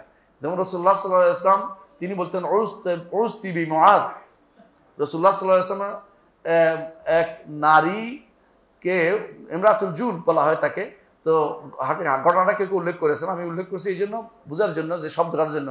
রাসূলুল্লাহ সাল্লাল্লাহু আলাইহি ওয়াসাল্লাম ও নারী রাসূলুল্লাহ সাল্লাল্লাহু আলাইহি ওয়াসাল্লাম বলে বসছে আউযু বিল্লাহ, যে আমি আল্লাহর কাছে আশ্রয় চাই। তো রাসূল বলছে উজতি বি মুআদ, এমন এক সত্তার কাছে তুমি আশ্রয় চেয়েছো সেখানে আমার আর কিছু বলার নেই। ইয়া ফুলান অমুক, ওকে তার পরিবারের কাছে পাঠিয়ে দাও, এ আমার স্ত্রী হওয়ার যোগ্য না। তো বুঝা যায় উজতি বি মুআদ, তুমি আশ্রয় চাইছো আল্লাহর কাছে, আমি তোমাকে আর তোমাকে তোমার স্ত্রী হিসেবে রাখতে পারি না। তো এইটা হচ্ছে রাসূলুল্লাহ সাল্লাল্লাহু আলাইহি ওয়াসাল্লামের আদর্শ, যে আশ্রয় চাইলে আশ্রয় আল্লাহ তাআলা আশ্রয় দিবেন। এবং আশ্রয় দেওয়ার একমাত্র জায়গা কে, কোনটা? আল্লাহ। আর কেউ কাউকে আশ্রয়, শয়তান থেকে আশ্রয় দিতে পারে না। এই জন্য আমরা অদৃশ্য শয়তান যেটা দেখি না, আমরা ওর থেকে আশ্রয় চাইতে হলে একমাত্র আল্লাহর কাছে আশ্রয় চাইতে হবে। এই জন্য আমরা কি বলবো, আউযু বিল্লাহি মিনাশ শাইতানির রাজিম। এর মাধ্যমে আমি আমার অন্তরের ভিতরে ওয়াসওয়াসা, এটা থেকেও আশ্রয় চাচ্ছি আল্লাহ এটা সে যেন দিতে না পারে। হ্যাঁ, আর দিলেও যেন আমার ঈমানের মধ্যে সন্দেহ তৈরি করতে না পারে, এর আগে যেন আমি এটাকে তাড়িয়ে দিতে পারি আল্লাহর কাছে, সেরকম শক্তি আমি চাচ্ছি। তো একজন মানুষ যখন এরকম অবস্থা দেখবে তখন কি করবে? আউযুবিল্লাহি মিনাশ শাইতানির রাজিম বলবে। যেই ব্যক্তি অন্তরের সত্যতা সহ এবং শক্ত হাতে বলবে আউযুবিল্লাহি মিনাশ শাইতানির রাজিম, শয়তান অবশ্যই পালাবে। আর পরীক্ষিত সত্য, আমার নবী যেটা বলছেন এটা পরীক্ষিত সত্য, কোনো সন্দেহ নাই। এবং শয়তান পালাতে বাধ্য। যখন আপনি মন থেকে বলবেন আমি আল্লাহর কাছে আশ্রয় নিচ্ছি বিতাড়িত শয়তান থেকে, শুধু আউযুবিল্লাহ মুখে বলে অর্থ বুঝলেন না, তা কিন্তু কাজে আসবে না। অন্তত অর্থ বুঝে বলবেন আমি আল্লাহ রবের কাছে আশ্রয় চাচ্ছি, যাতে করে তিনি শয়তানটাকে কি করেন? তাড়িয়ে দেন, আমাকে আশ্রয় দেন এবং তার বাতিল যে সমস্ত ওয়াসওয়াসা আছে এগুলি আমার অন্তর থেকে নিয়ে যান। এই জন্য যদি আপনি এই বুদ্ধিটা নেন, কেমন, তাহলে দেখবেন যে আপনাকে শয়তান আর কোনো প্রলুব্ধ করতে পারছে না এবং আপনাকে কষ্ট দিতে পারছে না। কারণ এই কষ্টটা, ওয়াসওয়াসা রোগীর যে কষ্টটা আমি বুঝি। আমার কাছে আমার মোবাইল থেকে দেখতাম 46 জন, 46 আমি শুধু নাম যাদের লিস্ট করেছি ওরা ওয়াসওয়াসা রোগী হিসেবে। এর বাইরে অনেক আছে যেগুলো আর লিস্ট করি না, আর পারি না, দেখে কত আর লিখবো। এই ওয়াসওয়াসা রোগীর কোনো শেষ নাই। ওদের কাজে হলো জিজ্ঞাসা করা আমার শুধু ওয়াসওয়াসা আসে, ওয়াসওয়াসা আসে। এমনকি কেউ কেউ বলে আমার ইমানি ওয়াসওয়াসাও আসে। এটাকে অনেকে বলে রিলিজিয়াস ওসিডি বলে, রিলিজিয়াস ওসিডি। এটার মধ্যে অনেকে আক্রান্ত হয়। তো এটার মধ্যে কেন আক্রান্ত হয়? কারণ এত কষ্ট দিয়ে শয়তান চায় আপনাকে ঈমান হারা করতে। সারাদিন লেগে থাকে যে তোমার কি করবে? হ্যাঁ, দুর্গন্ধ লাগাবে। শয়তান কি করে? দুর্গন্ধ লাগাই দিবে আপনাকে। আমার মনে হয় ঠিক মতো পরিচ্ছন্ন হয়নি। হ্যাঁ, পেশাবের গন্ধ নাকের কাছে ধরে রাখবে, আপনার মনে হবে কি আমার মতো পেশাব হয় না। আজকে আমাকে আসার আগে একটু ফোন করছে এক মহিলা যে আমার স্বামীর সাথে আমার সম্পর্ক খারাপ হয়ে যাচ্ছে। কেন? আমাকে আমি যত বাথরুম থেকে আসার মনে হয় আমার পেশাব পড়ে যাচ্ছে, আবার যাইতে হয়। আমার স্বামী বলতেছে তুমি এরকম করলে তো তোমার সাথে আমার সংসার চলবে না, তোমাকে আমি বিদায় করে দেবো কইতেছে। এমন তো আপনি এটা কেন মনে হয়? জানি না। এখন থেকে আপনি আর কোনো একবার বাথরুম সাফ করে আসেন, দ্বিতীয়বার বলে পেশাব আসতেছে বলে চাইবেন না, তাকাইবেন না, পরীক্ষাও করবেন না, তাহলে আপনি ভালো হয়ে যাবেন। হ্যাঁ, এরপর নামাজ এটা নিয়ে পড়বেন। কারণ আল্লাহ তাআলা এটা নিয়ে আপনাকে একবার তো অজু করে আসছেন, দ্বিতীয়বার চিন্তা করা। যদি রুগীও হন তাহলে তো মাফ, আর রুগী যদি না হন তো শয়তান আপনাকে অসহায় দিচ্ছে। তো শয়তান রুগী হলেও কিন্তু আর দ্বিতীয়বার তাকানোর সুযোগ নেই। কারণ রুগী হলে তো এমনিতেই জানেন যে যার এরকম রোগ আছে সে এই অজু দিয়ে যতক্ষণ ইচ্ছে নামাজ পড়বে, সুতরাং তার তো দ্বিতীয়বার তাকানোর সুযোগ নেই। আপনি এটা দিয়ে নামাজ পড়বেন, আপনার স্বামীর সাথে সম্পর্ক ভালো রাখেন, বেশি বেশি সন্দেহ করেন না, 2-3 বার যাইবেন না। আপনাদের কি করে জানেন তো? আপনারা যখন অজু করে আসেন, তুমি বোধহয় মাথা মশাটা করো নাই, ঠিক শয়তানটা তুলে দিব। অথবা কইবে যে আজকে বোধহয় দেখো হাত শুকনো দেখা যাচ্ছে, এখানে বোধহয় পানি যায়, মাঝে মধ্যে করে না? রিলিজিয়াস ওসিডি বলে এটাকে। শয়তান এই সুযোগটা সবসময় কাজে লাগে। কি জন্য? শয়তান চায় যে এর ব্যস্ত রাখলে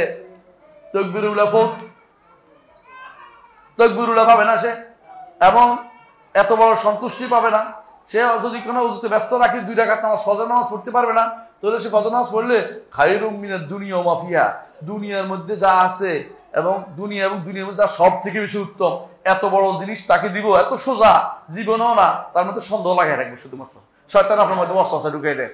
এই যে ওয়াসওয়াসা ঢুকাই দেয়, এর মধ্যে কেউ ওয়াসওয়াসার কারণে মৃত্যু আসার কথা বলে। একজন তো আমার কাছে মেসেজ দিছে যে আমি আর পারতেছি না, আমি যেন মরে যাই। আর তুই মরতে গেছি কেন? তুই কষ্ট করে ধৈর্য ধারণ কর, মরে যাবি কেন? কারণ আমার আর সহ্য হচ্ছে না, সহ্য কর। এটা সহ্য করে একটা বড় কাজ। আমার এক ওস্তাদ বলতেন যে যখন কারো ওয়াসওয়াসা আসে তখন কি করতে হবে? খুশি হয়ে দেখি। কেন খুশি জানেন তো? বোঝা গেল আমি ইমানদার, অত ইমান আছে আমার। কারণ কাফেরও ওয়াসওয়াসা দিচ্ছে না, ইমানদারের শুধু ওয়াসওয়াসা। বুঝছেন তো কথাটা? আমার ইমান আছে বলেই শয়তান এখন আমার পিছনে লেগেছে, নইলে আমার পিছনে লাগতো না। আমার পিছনে লাগছে বদমাইশটা, এখন এই বদমাইশটা আমার পিছনে লাগছে, সে কিন্তু আমার আর সহজে ছাড়বে না। সুতরাং আমি খুশি আল্লাহ তাআলার খেয়েছে, আমি একটা ইমানের মধ্যে আসি। বোঝা গেল একটু তো পাইছি, ইমানের গন্ধ। আমি ইমানদার আছি কেমনে বুঝবো? এটা একটা বিশাল আমার নেয়ামত, আলহামদুলিল্লাহ আমি ইমানের মধ্যে আসি। তখন সে বলে খুশি হলে শয়তান বলে এত কষ্ট করে ওরে বিভ্রান্ত করতে গেলাম, আর বেটা দেখি যে হ্যাঁ খুশি হয়ে গেছে, তখন সে আস্তে আস্তে পালাইতে আরম্ভ করবে যে এর দিয়ে আর কিছু করা যাবে না। বুঝছেন তো?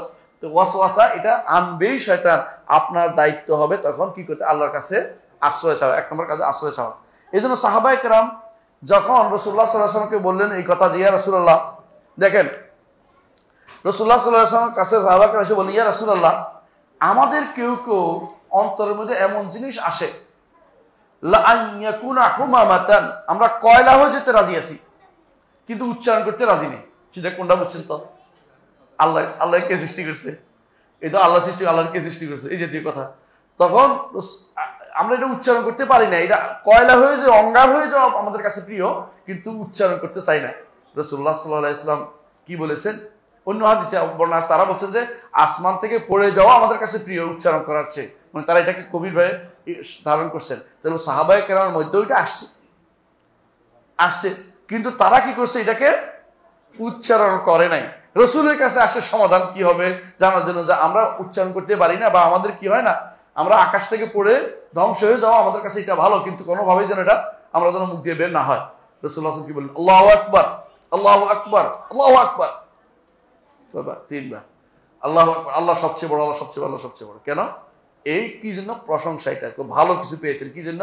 আলহামদুলিল্লাহিল্লাযী রাদ্দা কাইদাহু লিল ওয়াসওয়াসা, আল্লাহ শুকরিয়া করতেছি যিনি শয়তানের এই তার ষড়যন্ত্রটাকে শুধু কুমন্ত্রণায় সীমাবদ্ধ রেখেছে। কুমন্ত্রণা সীমাবদ্ধ, অর্থাৎ সে মুখে বলে নাই, বলে বেড়ায় নাই, আরেকজনের কাছে সন্দেহটা পাচার করে নাই। বুঝলেন না কথাটা? আরেকজনের দিয়ে বেদল লাগায় নাই, নিজে এটা বলে বেড়ায় নাই, এই তো আমি নাস্তিক বানাচ্ছি এটা বলে নাই, বরং রাখছে কোন জায়গায়? ওয়াসওয়াসার মধ্যে সীমাবদ্ধ রেখে দিছে। সেটাকে প্রসার হইতে দেয় নাই। আমার কাছে আসে সমাধান জিজ্ঞাসা করতে আসছে, কিন্তু সেও বলে নাই কি জিনিসটা, বলতেছে না, বলে বেড়াচ্ছে না। এই রাসূলুল্লাহ এই জন্য আল্লাহ শুকরিয়া আদায় করেছেন। তা আপনার অন্তরে যখন এরকম আসবে, বুঝবেন দেখি ঈমান আছে বলেই শয়তান এটাকে আমাকে কি করতেছে? বিভ্রান্ত করার চেষ্টা লিপ্ত রয়েছে। ঈমানটা সাহাবায়ে কেরাম যখন এটা বলেছেন, রাসূলুল্লাহ সাল্লাল্লাহু আলাইহি ওয়াসাল্লাম কি বললেন? যে আল্লাহর শুকরিয়া আদায় করছে যে এই শয়তানের করসাজিকে তিনি শুধু কুমন্ত্রের মধ্যে সীমাবদ্ধ রাখছেন, এটা অন্তরের ভিতরে কি করে না, স্থান করে দেয় নাই। এটা কেন? যা আসলে কি, এইটা তারা কথায় এই যে কথা মুখে উচ্চারণ করে, এটা কি জন্য? আল্লাহর ভয়, তাই না? আল্লাহর ভয়, যেটা বললে ঈমান শেষ হয়ে যাবে, এটাই আল্লাহর ভয়। এবং যার ঈমান যত বেশি পূর্ণ, তত বেশি সে এই বিষয়টাকে অন্তরের অন্তঃস্থল থেকে তাড়িয়ে দেয়, কোনোভাবে সেটাকে বসতে দেয় না। এই জন্য বলা হয় তাকে শয়তান যখন নিরাশ হয়ে যায় যে আর কোনো অস্ত্র দিয়ে তারে কাফের বানাতে পারবে না, তখন সে ওয়াসওয়াসা দিয়ে তাকে বিভ্রান্ত করে। বুঝছেন তো? মানে আপনাকে দেখছে যে আর কোনো কাজ কাফের বানানোর সুযোগ কোনোভাবে পাচ্ছে না, তখন কি শুধু ওয়াসওয়াসা দিয়ে থাকবে, তাহলে বোঝা গেল যে শয়তানের অস্ত্রটা দুমুখী অস্ত্র। একদিকে কাফের বানানোর চেষ্টা করবে, আরেকভাবে ইবাদতের মধ্যে সমস্যা তৈরি করবে, যে তারা ইবাদত কেমনে করে আমি দেখাই নেবো তারা। কারণ আগেও তো সে বলেছে যে আমি তাকে অবশ্যই বিভ্রান্ত করব, দুনিয়ার বুকে তাকে এই করবো সেই করবো, আগেও বলেছে। এখন সে একটা দিকে পারে নাই, সে তারে আর ইমানিয়াতের বিভ্রান্ত করতে পারবে না। এখন তারে ইবাদতের মধ্যে অথবা ঈমানকে নষ্ট করার জন্য ওয়াসওয়াসার মধ্যে সে সীমাবদ্ধ থাকবে। এই জন্য যোগ আলাদা বলছে, যেহেতু সেটা পারে না তখন এটা করে। কাফের এটা করে না কেন? অলরেডি তাকে শেষ করে দিয়েছে, তার ওয়াসওয়াসার জায়গাটা আর রাখে নাই। বুঝছেন তো? তার জায়গা আগে ফিল আপ করে দিছে বিভ্রান্তি দিয়ে, পথভ্রষ্টতা দিয়ে, কুফরি দিয়ে ভর্তি করে দিয়েছে। সুতরাং তার ওয়াসওয়াসার দরকার হয় না। এই জন্য অনেকেই বলে, এই প্রশ্নের উত্তর অনেকে দিচ্ছে যে, বলে যে আমরা এই কাফেরদের অন্তরে তো এটা আসে না, আপনাদের অন্তরে আসে কেন? কাফের তো আসবে কেন? সে তো আগেই বিভ্রান্ত শেষ করে দিয়েছে, যাতে ঈমানের কোনো কিছু নাই, তার জন্য এটা আসার কোনো কারণ নাই। বুঝে আসছে? এই জন্য রাসূলুল্লাহ সাল্লাল্লাহু আলাইহি ওয়াসাল্লাম নাম দিয়েছেন যাকা সারিহুল ঈমান, যে তাড়িয়ে দিতে পারলে অন্তর থেকে মুখে উচ্চারণ না করলে, এবং এটাকে কোনোভাবেই বড় মনে করলে, আকাশ থেকে পড়ে যাওয়া, পুড়ে যাওয়া, আগুন হয়ে যাওয়া, অঙ্গার হয়ে যাওয়া মনে করলে, এটা হচ্ছে সারিহুল ঈমান, প্রকৃত ঈমান, এটা আসল ঈমান। বুঝলেন না? ঈমানের বড় এমন জায়গা আছে, সে মারাত্মক ভালো জায়গা আছে, যেটা জায়গা দিতে পারে না। সাহাবাকের এই জাতীয় ঈমান ছিল, কিন্তু আপনার অন্তরের ভিতরে থাকলে কুতকুতি আটকে রয়েছে, বুঝলেন? ঈমানের মধ্যে কিছু দুর্বলতা ঢুকেছে সে আস্তে আস্তে। বুঝলেন তো? এই জন্য ঈমানের এমন জায়গা যদি থাকেন যে রাসূল বলছেন যাকা সরিহুল ঈমান, যেটা উচ্চারণও করবো না, এটা উচ্চারণ করলে পুড়ে যাওয়ার ভয়, এটা উচ্চারণ করলে আকাশ থেকে পড়ে ধ্বংস হয়ে যাওয়ার ভয়, আমার অন্তরের ভিতরে আমার কষ্ট লাগতেছে, এই কষ্ট লাগাটা সরিহুল ঈমান। ওয়াসওয়াসা সরিহুল ঈমান না। কুমন্ত্রণা ঈমানের অংশ না। কুমন্ত্রণা থেকে তাড়িয়ে দিতে পারা, কুমন্ত্রণাকে স্থান না দেয়া, এটা হচ্ছে সরিহুল ঈমান। কথা বুঝতে পারছেন? অনেকে আবার হাদিসে ভুল বুঝেন না যে কুমন্ত্রণা সরিহুল ঈমান না। হ্যাঁ, আবার রাসূল অন্য হাদিসে বলছেন যাকা মাহদুল ঈমান, ঈমানের খালেদ জিনিস, একেবারে খাঁটি ঈমান। বোঝা যাচ্ছে যে আপনি এটাকে কোনদিন অন্তরে স্থান দেন না, তাড়িয়ে দিতে পারছেন। আলহামদুলিল্লাহ। রাসূল আলহামদুলিল্লাহ পড়েছেন, আমরাও বলি আলহামদুলিল্লাহ। এটা আসলে আপনাকে কি করতে হবে? অন্য জিনিসের চিন্তা করতে হবে। তিন নম্বর যে কাজ, দুইটা বলছি, একটা কি তাই ইন্তেহা, আরেকটা কি আসল। 3 নম্বর হচ্ছে এর বিপরীতটা দিয়ে এটাকে পূর্ণ করতে হবে। বিপরীতটা প্রতিরোধ করতে হবে। বিপরীতটা কি? আমানতু বিল্লাহি ওয়া রাসূলিহি ফালিয়াকুল আমানতু বিল্লাহি ওয়া রাসূলিহি। কারণ যে আল্লাহ তাআলা আমাদেরকে জানিয়েছেন তিনি আউয়াল, রাসূল আমাদেরকে জানিয়েছেন আউয়াল। সুতরাং আমি যেহেতু আউয়াল এবং আউয়াল আখির বিষয়টা আমি জানি, আল্লাহ বলছেন রাসূলও বলছেন, শুধু আমানতু বিল্লাহি ওয়া রাসূলিহি, আমি আর ওই চিন্তা আমি করব না যে তিনি কোত্থেকে আসেন, এই চিন্তা আমি সমাধান করতে পারবো না। সারা দুনিয়া এখন মানুষ চিন্তা করে কি, এই যে আমরা যেই একটা গ্রহে আছি, তাই না, এই গ্রহটা নাকি অত্যন্ত ক্ষুদ্র, বিশাল গ্যালাক্সির মধ্যে মিল্কি ওয়ে আছে, আরো কত কিছু বাইর করতেছে, এটাতে এত ক্ষুদ্র, এই সবগুলি কিন্তু আমার রবের হাতের মুঠির ভিতরে থাকবে, তাই না? তাহলে আমার রব কত বড়। সুতরাং তারা যতই আবিষ্কার করে আমার রবের কোনো বড়ত্বের কোনো কাছে তারা পৌঁছতে পারবে না। কারণ আল্লাহ তাআলা সবগুলিকে কি করবেন? হাশরের দিন ওয়াল আরদু জামিআন কবদাতুহু ইয়াউমাল কিয়ামাহ। যেগুলি দেখছেন আসমান এবং জমিনের মাঝখানে, এগুলি আসমানে কেউ বুঝতে পারে নাই। আর আসমান কত বড় এটা আমরা বলতে পারবো না, আর কেউ বলতে পারবে না। 7 আসমানের উপরে হচ্ছে আরশ, আর কুরসির উপরে আরশ। এই আরশ কত বড় কেউ জানে না। আল্লাহ হাদিস ওয়াল আরশু লা ইয়াকদিরু কাদরা ইল্লাল্লাহ, আল্লাহ ভিতরে কেউ তার পরিমাণ জানে না। আর কুরসির ব্যাপারে বলছে আসমান জমি যত সৃষ্টি সব কুরসির ভিতরে ক্ষুদ্র কিছু ফেলে রাখা 7টা মুদ্রার মতো। তাহলে এত কিছু আবিষ্কার করেও কিন্তু বোঝা গেল যে এই আবিষ্কারই শেষ না। ট্রিলিয়ন মিলিয়ন আবিষ্কার করলেও এগুলি সব আমার রবের মুষ্টির ভিতরে। তো আমি কত ক্ষুদ্র এটা চিন্তা করেন। আল্লাহর আজমতকে আপনি অবশ্যই ধারণ করেন। মহান আল্লাহ রাব্বুল আলামিন কত বড়, এই বড়ত্ব যে ধারণ করবে সে ব্যক্তি আল্লাহকে চিনতে পেরেছে। আল্লাহকে যে ব্যক্তি চিনতে পেরেছে সে ব্যক্তি বলবে আমানতু বিল্লাহি ওয়া রাসূলিহি, আল্লাহর উপরে ঈমান, রাসূলের উপরে ঈমান আনলাম। আমি নিজের উপরে কিয়াস করব। মানুষের সমস্যা কি জানেন? নিজের উপরে সবকিছু চিন্তা করে। মানুষ মনে করে যে সৃষ্টি আমি কার থেকে আসলাম, আমার বাবা থেকে, আমার ছেলে থেকে, আমার থেকে আসছে, আল্লাহ এরকম আসতেই হবে। কেন? সে তার বলয়ের ভিতরে বাইরে যেতে পারে না। একজন মানুষ তার বলয়ের বাইরে যেতে পারে না। যে যেটা সাকাফা যতটুকু অতটুকুই বলে। আমাকে আল্লাহ যতটুকু জ্ঞান দিয়েছে এর বাইরে চিন্তা হলো কি কেউ কিছু থেকে আসতেই হবে, এই চিন্তা করে বসে আছি। বুঝলেন না কথাটা? আমার সাকাফা অত্যন্ত কি সীমাবদ্ধ, আমার চিন্তা চেতনা সীমাবদ্ধ। এর ভিতরে আমি চিন্তা করি। আল্লাহকে আমার চিন্তা দিয়ে আমি কখনো চিন্তা দিয়ে ইয়ে করবো না, বদ্ধ করবো না। কারণ ইমাম তাহাবী এই জন্য বলেছেন ওয়ালা নাতাওয়াহহাবু বিআরাইনা, আমাদের দৃষ্টি দিয়ে চিন্তা দিয়ে আল্লাহকে কোনোদিন ওয়াহামের ভিতরে ঢুকাবো না। আল্লাহ তাআলাকে আমরা এর ভিতরে ঢুকাইতে পারি না। এজন্য যারা এটা ঢুকাচ্ছে তারা কি সীমাবদ্ধ চিন্তার অধিকারী বলে এটা ঢুকাচ্ছে। আর আমার কাছে ঈমানের কথা আসছে আনতাল আউয়ালু ওয়া লাইসা ক্বাবলাকা শাই, এবং আমার কাছে আসছে ওয়াল আরদু জামিআন কবদাতুহু ইয়াউমাল কিয়ামাহ ওয়াস সামাওয়াতু মাতউইয়াতুম বিয়ামিনিহি সুবহানাহু ওয়া তাআলা আম্মা ইউশরিকুন। তাহলে বোঝা গেল যে সমস্ত আসমান এবং জমিন কিছুই নেই আল্লাহর দরবারে। এত ক্ষুদ্রাতি ক্ষুদ্র জিনিস, তা আমার রব অনেক বড় আজিম। তিনি তার আজমতকে যে ব্যক্তি ধারণ করছে, ঈমান যার আছে সে বলবে আমানতু বিল্লাহি ওয়া রাসূলিহি, আল্লাহর প্রেরিত রাসূল যা বলেছেন সেটা। রাসূল কি বলেছেন? যে সব আসমান জমিন সবকিছু অত্যন্ত ক্ষুদ্র, তাই না? বলেছেন কত ক্ষুদ্র, বলেছেন মুদ্রা, তাও কুরসির মধ্যে। আরশের সামনে কুরসি ফেলে রাখা একটা জিনিস। তাহলে বিশাল জিনিসকে যে ব্যক্তি এই বিশাল জিনিসকে নিয়ে বিশালত্ব মনে করে বসে আছে, আল্লাহর বিশালত্ব যে বুঝতে পারে সে ব্যক্তি কি করছে? কার্যকারণের মাথায় থেমে গেছে। বুঝছেন কিনা? আপনারা একজনে এসে থাপ্পড় দিলেন, আপনি বললেন যে হ্যাঁ তার হাতটা বড়, ওই তার শরীরটা দেখলেন না, আপনি অর্ধেকের মধ্যে থেকে গেলেন, তাই তো? তাহলে আপনি অর্ধেকের মধ্যে থেকে গেলে তার কাজের একটু আগে আছেন। কেউ যদি বলে যে আমি তোমাকে আমার হাতে মেরেছে, আমি তো মারিনি, তো আপনি মনে করছেন যে হাতে তো মারছে, আর আমি কি বেটার কি দোষ, তাই না? এটা করা যাবে না। আপনি চিন্তা করতে হবে যে এর পিছনে কি আছে। এত সৃষ্টি আবিষ্কার করতেছেন আপনি, আপনার তো বোঝা উচিত এই সৃষ্টির পিছনে কি আছে, একজন স্রষ্টা আছে। এত কিছু গ্যালাক্সি আবিষ্কার করতেছেন, এই গ্যালাক্সি কে সৃষ্টি করেছে? আমার রব সৃষ্টি করেছেন।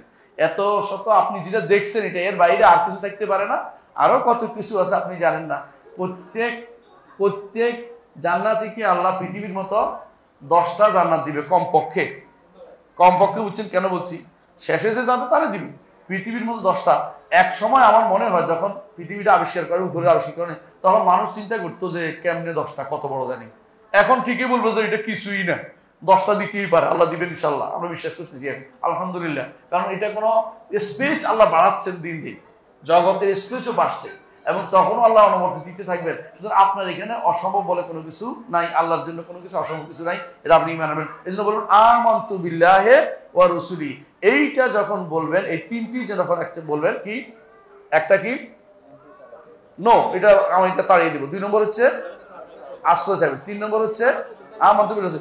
এইটা যদি কেউ ব্যক্তি বলে অবশ্যই অবশ্যই তার সন্দেহ যাবেই যাবে, কোনো সন্দেহ নেই, তার সন্দেহ অন্তর থেকে চলে যাবে। এটা পরীক্ষিত সত্য। এই জন্য তারা যত রকমেই এই জাতীয় বাতিল কথা নিয়ে আসে, এরপরে কে আছে তো তারপরে আল্লাহ, তারপরে কে কারা আল্লাহর কে সৃষ্টি করে, এই জাতীয় কথা বলার সুযোগ থাকবে না। এই দুইটা তারাই দিতে হবে কি দিয়ে? 3টা জিনিস দিয়ে আমরা বলেছি, 3টা জিনিস। একটা কি বলছি? আলহামদুলিল্লাহ। তাহলে দেখা যাচ্ছে যে প্রথম কাজটা সরাসরি করবেন, সেটা কি? যে তাড়িয়ে দেন। 2 নম্বরটা আল্লাহর কাছে আছে, এটা একটা কারণ, আশ্রয় চাইলে আল্লাহ এটা তাড়িয়ে দিবেন, বুঝলেন তো? আল্লাহ এটা তাড়িয়ে দিবেন আমার অন্তর থেকে। 3 নম্বরটা আল্লাহর কাছে আবার আশ্রয়ের কি জন্য?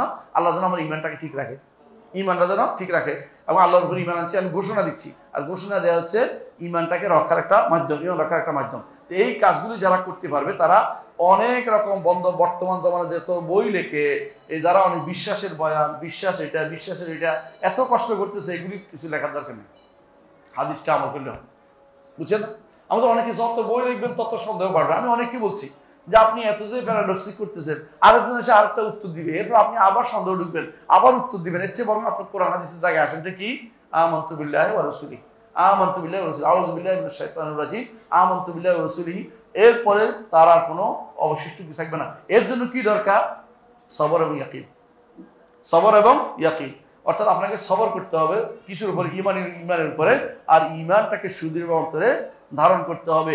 তাহলে আপনার অন্তরে কিন্তু শাহওয়াতও আসবে না, শুবহাতও আসবে না। শুবহাত এবং শাহওয়াত থেকে বাঁচতে হলে সবর এবং ইয়াকিন লাগবে। বিসসবর ওয়াল ইয়াকিন। আল্লাহ তাআলা কোরআনে কারীমে বলেছেন যে তাদেরকে আমি ইমাম বানিয়েছি, ওয়াজআলনাহুম আইম্মাতান ইয়াহদুনা বিআমরিনা লাম্মা সাবারু ওয়া কানু বিআয়াতিনা ইউকিনুন। তাহলে বুঝছেন তো যে সূরা সাজদার মধ্যে আছে যা তাদেরকে ইমাম বানিয়েছি কেন? তারা 2টা কাজ করতেন, সবর এবং ইয়াকিন। হ্যাঁ, যারা জালাম আইম্মাতান ইয়াহদুনা বিআমরিনা লাম্মা সাবারু ওয়া কানু বিআয়াতিনা ইউকিনুন। সবর এবং ঈমানের কারণে আপনি ইমামত পাবেন, নেতৃত্ব পাবেন। আল্লাহ দুনিয়ার বুকে যদি আলেমদের, দুনিয়ার বুকে যদি কোনো ইমানদারদের নেতা হতে চান, সবর লাগবে, ইয়াকিনও লাগবে। আর আপনার ইমান যদি কোনো যা হয়, ইমান যদি কোনো এটা যা এখন আসে তখন যায়, তাহলে আপনি কিন্তু এই ইমান নিয়ে রাষ্ট্র প্রতিষ্ঠা করতে পারবেন না। ইমান নিয়ে আপনি ইমান কেমন ইমান আপনি ইমান দিয়ে নারীদেরকে ক্ষমতা দেওয়ার জন্য আপনি আশ্রয় দিতেছেন, হ্যাঁ, নারীদের নিয়ে কাফেরদের সামনে বসতেছেন। আপনার ইমান তো আমরা বুঝি কতটুকু আছে, আমরা বেশি কারো কথা বলতে চাচ্ছি না, বুঝে নিবেন। বুঝছেন এটাই যে আপনার ইমান যদি শক্তিশালী না হয়, আপনি কোনোদিন সবর এবং ইয়াকিন যদি না থাকে, হ্যাঁ, কাফেরদের সাথে যদি আপনি তাদের সাথে বোঝাপড়া নিতে চলে আসেন যে তারা যা বলে তা শুনবো, তাহলে আপনি কিন্তু কোনোদিনই প্রতিষ্ঠিত থাকতে পারবেন না। আপনি ইমামতির নেতৃত্ব যেটা জোর করে যাচ্ছেন, এটা কোনোদিনও পাবেন না। এটা পাইলেও একদিন পাবেন, পরের দিন নাই হয়ে যাবে, বেশি দিন থাকবে না। কারণ হচ্ছে আল্লাহ তাআলা সবর ইয়াকিন যদি না হয়, দুনিয়ার বুকে নেতৃত্ব আপনাকে দিবে না, কর্তৃত্ব আপনাকে দিবে না। সবর ইয়াকিন আপনার লাগবেই। আমাদের শেখ মোহাম্মদ নাসিরউদ্দিন আলবানী রাহমাহুল্লাহ, তিনি এই হাদিসটি থেকে একটা জিনিস তালখিস করেছেন।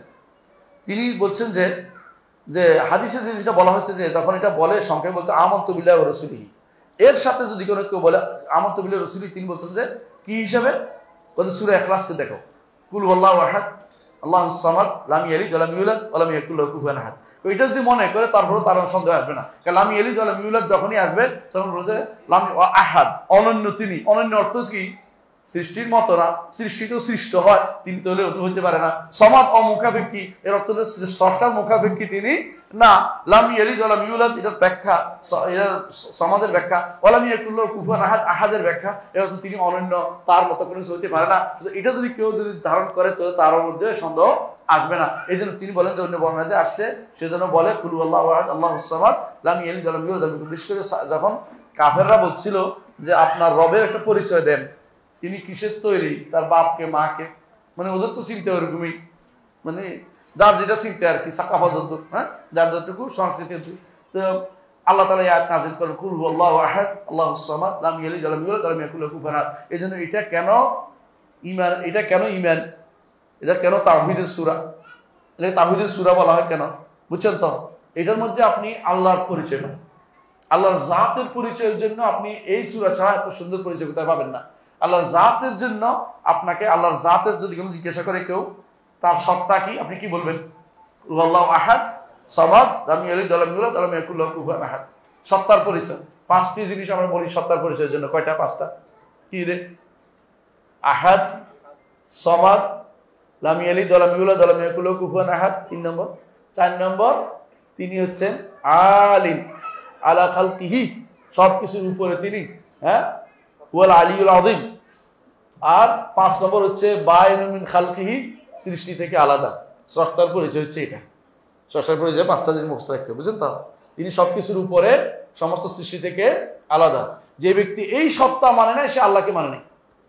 যে ব্যক্তি মনে করে আল্লাহ সর্বত্র বিরাজমান, যত মাথা তত কল্লা তত আল্লাহ, সেই ব্যক্তি ইমানদার নয়। যত ব্যক্তি মনে করবে, অনেকে যারা মনে করে আল্লাহ কি করে, কুদরতি পায়ে সিজদা করে, এই ব্যক্তি ইমানদার নয়। বুঝলেন কথাটা? যারা মনে করবে স্রষ্টা সৃষ্টির ভিতরে একসাথে লেগে আছে, তারা ইমানদার নয়। কারণ তারা এমন সত্তার ইবাদত করে যে সত্তা আমার আল্লাহ নন, সেটা আমার আল্লাহ নন। তারা মেনে নিচ্ছে একটা জিনিস। বুঝলেন না কথাটা? আপনি যদি কোনো একটা মূর্তির আল্লাহ নাম দেন থেকে আমার মূর্তি আমার আল্লাহ হইব নাকি তিনি? না, কারণ আপনি তো আমার আল্লাহ যিনি, তিনি অবশ্যই সৃষ্টি থেকে আলাদা। তিনি সৃষ্টির উপরে, সব কিছুর উপরে, সৃষ্টি থেকে আলাদা, তিনি আরশের উপরে। এই 2টা।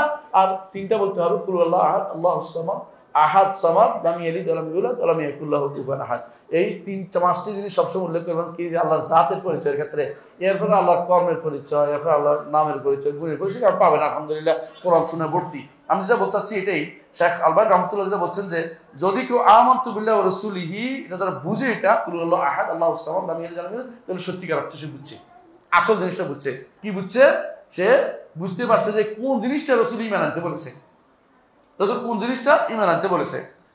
তাহলে এরপর তিনি বলছেন, তারপর সুম্মা লিয়াতফালান ইয়াসারি সালাসা, বাম দিকে 3 বার থুতু ফেলবে। এতগুলি না, 3 বার, বুঝছেন তো? আবার এতগুলি ফেলে আশেপাশের লোককে ইয়া করে দিবেন না। ওই ইস্তাইযু বিল্লাহি মিনাশ শাইতান, এরপর কি করবেন? আউযু বিল্লাহি মিনাশ শাইতানির রাজিম। এরপর তার এটা যদি কেউ বলে, তার কি হবে? ওয়াসওয়াসা থেকে সে মুক্ত হতে চেষ্টা, এর মধ্যে চলে যাবে ইনশাআল্লাহ। তারপর তিনি বললেন, শাইখুল আলবানী বলতেছেন, আমি বিশ্বাস করি যে ব্যক্তি এটা করবে তাআতান লিল্লাহি ওয়া রাসূলি, আল্লাহ ওয়া রাসূল আনুগত্য করে যে ব্যক্তি এই কাজটা করবে, অর্থাৎ কি তখন যা বলেছে এগুলি করবে, মুখলিসান ফি যালিকা, ইখলাসের সাথে করবে, আনা লা বুদ্দান তাযআব ওয়াসওয়াসা আনহু, তার থেকে ওয়াসওয়াসা দূর হবেই হবে, কোনো সন্দেহ নাই। শয়তান তার থেকে দূরে সরে যাবে, কারণ রাসূল বলেছেন ফাইন্না যালিকা ইউযিবু আনহু, এটা তার থেকে এই শয়তানের দুর্বসন্ধি দূর করে দিবে। রাসূল সত্য বলেছেন, রাসূলের কথা সত্য। অন্তর থেকে ইখলাসের সাথে যদি কোনো 3টি কাজ কেউ করে, অবশ্যই কি হবে? সে শয়তানের এই কুমন্ত্রণা চলে যাবে। এটা হচ্ছে রাসূলুল্লাহ সাল্লাল্লাহু আলাইহি ওয়াসাল্লাম যেটা শিক্ষা দিয়েছেন। এটা ওই সমস্ত লোকদের বক্তব্য থেকে অনেক অনেক বেশি উত্তম, যারা সারাদিন বই লেখে সন্দেহ দূর করার জন্য। এই বই লেখার কোনো দরকার নেই। আমাদের পূর্বসূরীরা এই জাতীয় বই লিখতেন না, তারা বেশি বেশি ইমানিয়াত আলোচনা করতেন, এটা যথেষ্ট। আপনি যদি সন্দেহের পিছনে লেগে থাকেন, সন্দেহ হলে আরেকটা সন্দেহ আসবে, বুঝছেন না কথাটা? মনে রাখবেন, 2 ধরনের শয়তান আছে। এক ধরনের শয়তান আপনাকে একটার পর একটা যুক্তি দিতে থাকে, আইসা, তাই না? এটার জন্য আপনি বই লিখতেছেন, একটা যুক্তি তার জন্য ডিবেট করতেছেন। কিন্তু জিন শয়তান যেটা, এটার জন্য তো আপনি ডিবেট করতে পারতেছেন না। জিন শয়তান কি করে? ডিবেট করে তো, মানব শয়তান তো ডিবেট করলে একসময় চুপ মেরে দেন। জিন শয়তান তো আপনি ডিবেট করতে পারতেছেন না। এই জিন শয়তানের ওয়াসওয়াসা ক্ষতিকর বেশি। এই জন্য আপনার মধ্যে কেবল ঢুকাচ্ছে। আপনি তাকে যখন এই আল্লাহর আশ্রয় ছাড়া আপনাকে তাড়াতে পারবেন না। এই জন্য আপনাকে আল্লাহর আশ্রয় দিতে হবে, এবং আল্লাহর উপরে ঈমান শক্ত আপনার থাকলে শয়তান আপনার মধ্যে এটার মধ্যে প্রভাব ফেলতে পারবে না। আপনার 3টি কাজ করতে হবে জিন শয়তানের জন্য বেশি করে। অন্যগুলির জন্য আপনি ডিবেট করলেও করতে পারেন, দরকার হলে আপনি তাদেরকে অ্যাভয়েড করে যেতে পারেন। কোরআনে কারিমে আল্লাহ তাআলা 2টি আমাদেরকে অপশন দিয়েছে। আল্লাহ নবীকে বলেছেন যে তাদেরকে অ্যাভয়েড করতে বলেছেন কোরআনে কারিমে। আবার যখন জিদাল বিল্লাতি আহসান, বিল্লাতি আহসান বুঝেন কিনা? একজন মানুষ জানতে চাচ্ছে, তাকে জানাবেন। একজন মানুষ জানতে চাচ্ছে না, তর্ক করতে আসছে, তার সাথে আপনি তর্ক করবেন না। বুঝলেন কথাটা? বুঝলেন? এই জন্য বাংলাদেশে এখন যারা ডিবেট করে, আমাদের বন্ধুরা, আমি অনেককে নিষেধ করি, ডিবেট করবেন না আপনি। কারণ তারা এই ডিবেটে আপনি হারলো আপনি হারছেন, আর জিতলেও হারছেন। আমি আশ্চর্য হয়েছি, একটা মাসলা নিয়ে কি করতেছে, দেখলাম যে একজনের আলেমের ডিবেট ডাকছে, এমন জিনিস নিয়ে ডিবেট ডাকছে, এই মাসলা কোনো দরকার, এত ডিবেটের দরকার। এটা একে স্পষ্ট স্পষ্ট এই জিনিসটা যে কোনোভাবেই গ্রহণযোগ্য না, এটা একেবারে ভালো আলেম এলেম জানা থাকলে সবাই পারে।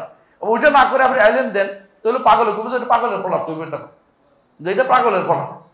এলেম না দিয়ে আপনি যতই ডিবেট করেন, মানুষের মাথার ভিতরে সন্দেহ আছে, আপনার কথা থেকে ওর কথা সুন্দর হলে ওটাই নিয়ে নিবে, লুবে নিবে। এই জন্য কখনো বেদাতের সাথে, যদি সে বেদাতি বলে পরিচিত হয়ে বেশি, তার সাথে কোনো মোনাজারা যাবেন না, মোনাজারা যাবেন না। আপনার এলেম দিয়ে আপনি মানুষ তৈরি করেন, আপনার এলেম দিয়ে আপনি ভালো কথা বলতে থাকেন, মানুষ তাকে অ্যাভয়েড করে যাবে। আপনি তার সাথে মোনাজারা গেলে সে হয়তো এমন প্যাচ দিবে, কারণ শয়তানও বসে তার সহযোগিতা করার জন্য, এবং সে এমন প্যাচ দিবে যে প্যাচে আপনি পারেন না উত্তর দিতে। সবাই তো আর জাকির নায়ক না, বুঝলেন না কথাটা, যে উত্তর সব রকম ঘুরে গেলে দিয়ে দিবে একটা। সবাই তো আর আহমদ উত্তরটা দিতে পারবে, তো প্রত্যেকে সমান না। অথবা আমাদের রাহুল মাঝে মধ্যে সুন্দর উত্তর দেয়, সবাই তো উত্তর দিতে পারে না। কিন্তু আপনি তখন কি করবেন, এক বিপদে পড়ে যাবেন। আমাদের অনেক বড় বড় আলেমরাও বিপদে পড়ে যায়, বড় বড় আলেমরা বিপদে পড়ে। আমি তো আপনি ডিবেট করতেন গেছেন কেন?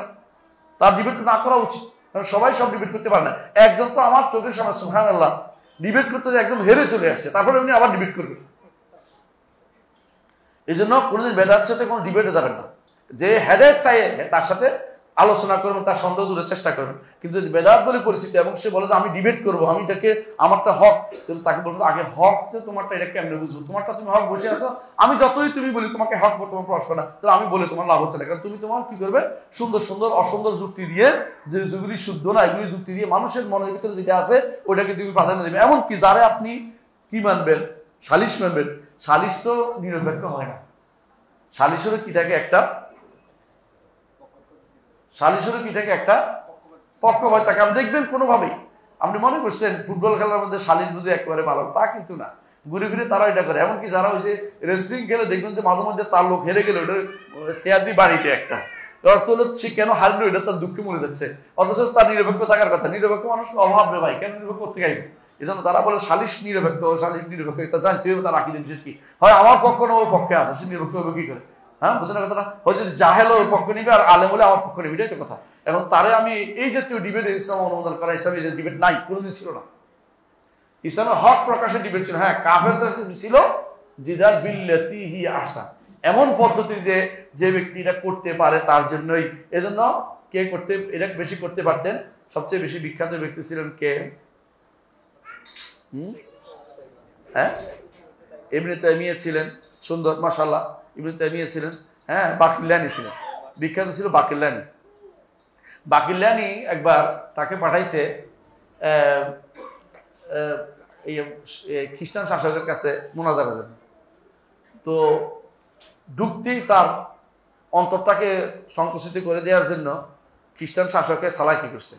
তো সাধারণত আপনি যখন কোনো কথা করতে যাবেন, আপনাকে এমন একটা কথা বলবে যে আপনার অন্তরটা কি হয়, ছোট হয়ে যাবে, আপনি কথা বলতে পারেন না। মন খারাপ হয়ে গেলে মানুষ সাধারণত কথা বলতে পারে না। তো ঢুকার সময় বলতেছে, তোমাদের নবীর স্ত্রীর ব্যাপারে যা শুনি, ছি ছি ছি, মানে এমনগুলি করছে। বুঝছেন তো, বুঝছেন তো কার ব্যাপারে বলছে, কার ব্যাপারে? আয়সা রাদিয়াল্লাহু আনহা। তো তিনি আরো চৌকস, তিনি বলতেছে দুই নারীর ব্যাপারে এরকম এরকম কথা আছে, একজনের বাচ্চা নিচ্ছে আরেকজনের বাচ্চা দেয় না। বুঝছেন তো, একজনে বাচ্চা দিয়ে গেছে দিছে, আরেকজনে বাচ্চাটা কিছু দেয় নাই। আর সাধারণত ও দুইজনের কথা বাদ, কিন্তু এটা বলছে উনি আর কিছু বলেন না, একটু বলছে। সাধারণত দুনিয়ার লোকে কেউ যদি কারোর ব্যাপারে বদনামি তোলে, কোনো নারীর ব্যাপারে, ওই নারী যদি বাচ্চা হয় বদনামি কি হয়েছে, প্রমাণিত হয়ে গেছে। আর যদি বাচ্চা টাচ্চা না হয় কোথাও মিথ্যা কথা বলতে পারে, তাই না? তাহলে বোঝা গেল এ যতই চালাই করছে উনি এর উপর দিয়ে একটা বাসছে, যেটা কারণে চুপ হয়ে গেছে। আর ও বরং ওর মনটা খারাপ হয়ে গেছে, আবার আমাদের থেকে অন্য দিকে আসছে। কিন্তু উনিও কিন্তু মারিয়ামের ব্যাপারে কিছু বলেন না, কারণ আমরা তো মারিয়াম আলাইহিস সালামকে তাহেরা মুতাহহারা সিদ্দিকা মনে করি, আলহামদুলিল্লাহ, যার ব্যাপারে। কিন্তু ওনার উদ্দেশ্য হচ্ছে তাকে ঘায়ল করে দেয়, তুমি যেন এর ব্যাপারে আগাও না, তুমি যেখানে হাত দিছো এটা আমাদের জন্য আমাদের অন্তঃস্থল আর মায়ের উপরে পবিত্রতার উপরে আঘাত হানছো তুমি। শিয়ারা যেটা করে থাকে, শিয়াদের যদি আলোচনা হয়, শিয়াদের সাথে যদি মোনাজারা হয়, একটা ছেলে আছে এখন মোনাজারা করতেছে, খুব ভালো মিশরি একটা ছেলে, খুব চমৎকার। মাঝে মধ্যে আমি দেখছি নাম সম্ভবত রাশেদ না কি জানি। তো ও মোনাজারা সামি, ওর নাম সামি। ওর মোনাজারা যে আমি যত শিয়ারে দেখলাম মোনাজারা সব জায়গাতে ওদের একমাত্র কথা হলো আয়সা রাদিয়াল্লাহু আনহা। সারাদিন শুধু আয়সা রাদিয়াল্লাহু আনহা দিবে। এদের কাজ হলো আশা অপবাদ দিবে, এরা আইন করবে যা অপবাদ দেওয়া যাবে না, আবার নিজেরাই আইন ভাঙে। আইন করে কেন জানেন? আমাদেরকে ধোকা দেওয়ার জন্য।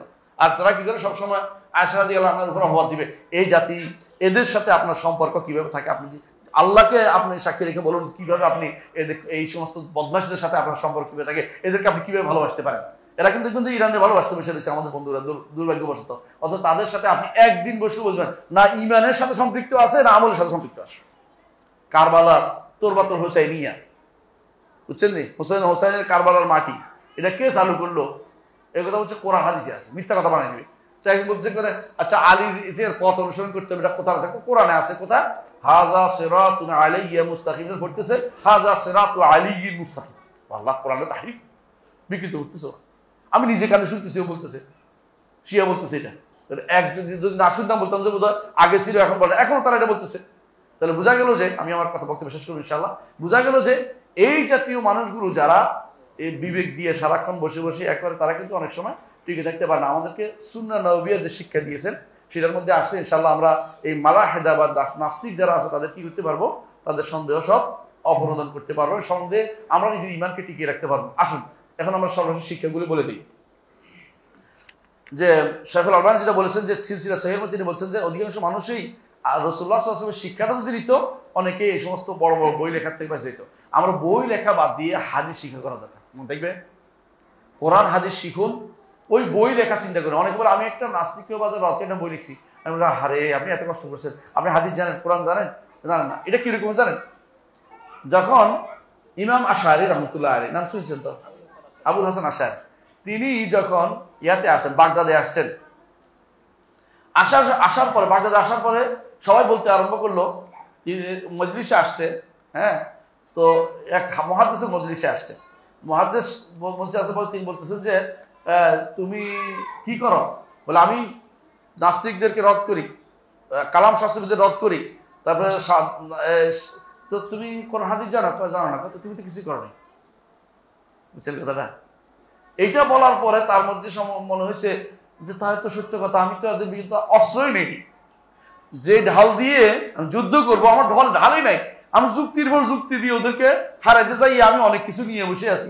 তারপর তিনি একটা বই লিখছেন আল ইবানা আন উসুলিদ দিয়ানা, পড়ালেখা করে তারপর একটা বই লিখছেন আন ইবানা আন উসুলিদ দিয়ানা। এটা সর্বশেষ বই, যেটা বর্তমান আশারি মাদ্রিদের আকীদাকে একেবারেই বরবাদ করে দিছে। তারপরেও তারা তাদের আগের কথা ছাড়ে না, যে আমাদের ইমাম আগে যেটা বলছে ওইটা ঠিক, পরে যেটা বলছে এটা তো ভয়ে বলছে, বাগদাদে ইমামের ভয় বলছে। বুঝি ভয় পাওয়ার মতো মানুষ একটা বই লিখছে, যে এমন সুন্দর যুক্তি এবং আইলেম দিয়ে লিখছে, কোরআন হাদিস দিয়া, যে বল কল্পনার বাইরে সুন্দর একটা বই লিখছে। কিন্তু এরা নিবে না, কারণ আগের কথাই গ্রহণ করে, বুঝছেন তো? শেষ কথা গ্রহণ করে না, দুর্ভাগ্যবশত। মনে রাখবেন, যুক্তি দিয়ে যুক্তি খণ্ডন বেশি দিন টিকে না। কিছুদিন পর পর আবার বলতে নতুন যুক্তি আসবে। আপনাকে অবশ্যই হাসান এলমি আপনার কি থাকবে, একটা আপনার এমন দুর্ভেদ্য প্রাচীর তৈরি করবেন, এমন দুর্গ তৈরি করবেন যেখানে আক্রমণ করতে পারে না, শয়তানও পারবে না, শত্রুও পারবে না আপনার এখানে আক্রমণ করতে। সেটা একমাত্র কোরআন এবং সুন্নাহ এবং সালফে সালেহীন নীতি অনুসরণের মাধ্যমে আপনার অর্জন হতে পারে। কোরআন সুন্নাহকে আবার নিজের মতো ব্যাখ্যা করলে হবে না, সালফে সালেহীন নীতিতে ব্যাখ্যা করলে আপনি ঠিকই ইনশাআল্লাহ আপনি এর মাধ্যমে আপনি হাসান আলমী হবেন। আমি কয়েকটা এক করে শেষ করবো ইনশাআল্লাহ। কয়েকটা শিক্ষা। 1 নম্বর শিক্ষা আমরা পাইলাম যে রব্বুল আলামিন আযীম, তিনি বড়। তার আজমত কোনোদিন চিন্তা দিয়ে কেউ কোনোদিন, অথবা কিয়াস দিয়ে কোনোদিন কেউ ধারণা করে নিতে পারবে না। যতই আপনি চিন্তা করেন না কেন, আপনি এখনো যে ট্রিলিয়ন বিলিয়ন যে সমস্ত গ্রহ আছে আপনি বলতেছেন, গ্রহগুলি তো আপনি আয়ত্ত করতে পারেন নাই, সৃষ্টিকে আয়ত্ত করতে পারেন না। আপনার দুই পাশের মাঝখানে একটা ছোট্ট জিনিস আছে, এটা কি বলেন তো? আত্মা। ওটা দেখছেন, আয়ত্ত করতে পারছেন, তো আপনি কি এত দুর্বল মানুষ, আপনি আল্লাহকে কেমনি আয়ত্ত করেন? বুঝলেন না কথাটা? আল্লাহ যা বলছে সেটা শুনতে হবে, নবী যা বলছে সেটা শুনতে হবে। আল্লাহর সঙ্গে ঈমান আনতে হলে দুইটার উপর নির্ভর করতে হবে, আল্লাহ এবং তার রাসূল যা বলছে সেটার উপর নির্ভর করতে হবে। তার আজমতকে ধারণ করার ক্ষমতা আমাদের কারো নাই, তবে আজমত যা বলেছেন সেটা আমাদের বুঝতে হবে, চেষ্টা করতে হবে। তার আজমত কেমন এটা আমরা কোনোদিন আমরা ধারণা করে সেটাকে কি করতে পারবো না, নিতে পারবো না। দ্বিতীয় শিক্ষা হচ্ছে যে আল্লাহর জাতের ব্যাপারে আমরা বেশি চিন্তা করতে পারবো না। যেটা আসছে এটাই বলতে হবে, যেটা সংবাদ দিচ্ছে এটাই নিতে হবে। জাতের ব্যাপারে আমরা অনবরত জাত কি হয়েছে কোনটাই না বলি, যেগুলি আসছে এগুলি আলোচনা করি। সেটা কি আসছে? যেমন সূরা ইখলাস আসছে এবং আয়াতুল কুরসি আসছে, এগুলি আল্লাহর পরিচয় বেশি। এই জন্য কোরআনের সবচেয়ে বড় আয়াত কোনটা? আয়াতুল কুরসি, বুঝছেন তো? আর ইখলাস হলো তাওহীদের পরিচয়, আল্লাহর পরিচয় সেখানে আসছে।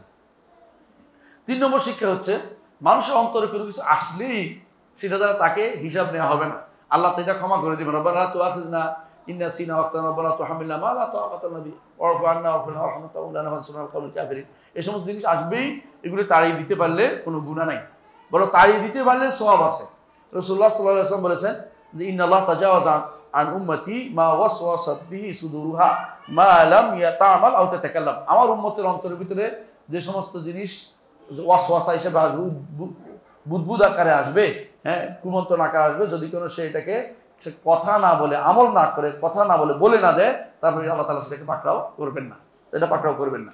4 নম্বর যে শিক্ষা সেটা হচ্ছে মুসলিম এর থেকে বাঁচার জন্য কয়েকটা কাজ করবে। 1 নম্বর হচ্ছে কি করবে? ইন্তিহা করবে, এটা ছেড়ে দিবে না, এটা আলোচনা করবো না।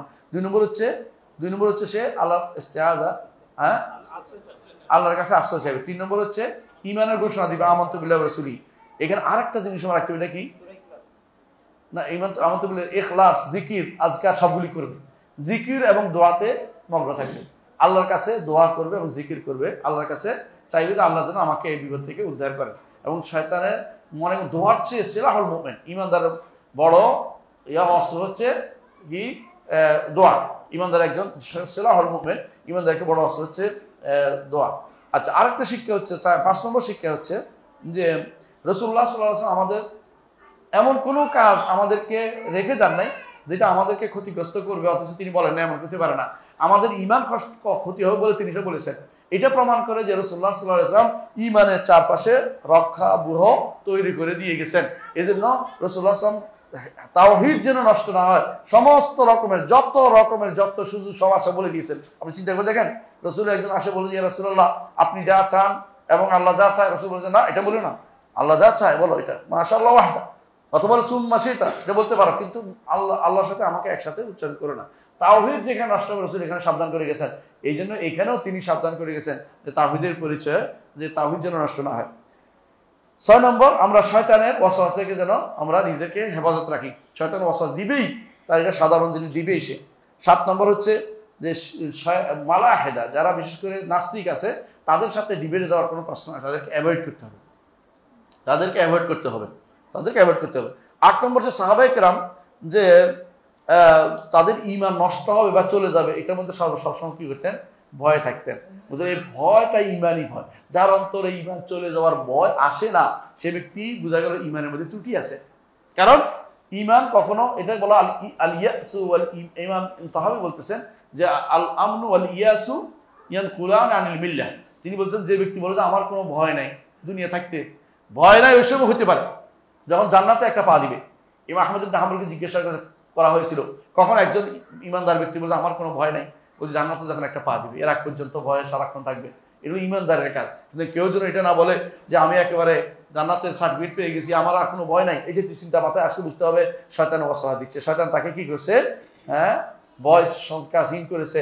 আল্লাহ তাআলার মাকর থেকে, আল্লাহ তাআলার পাকড়াও থেকে, আল্লাহ তাআলার বিভিন্ন কৌশল থেকে তাকে কি করছে?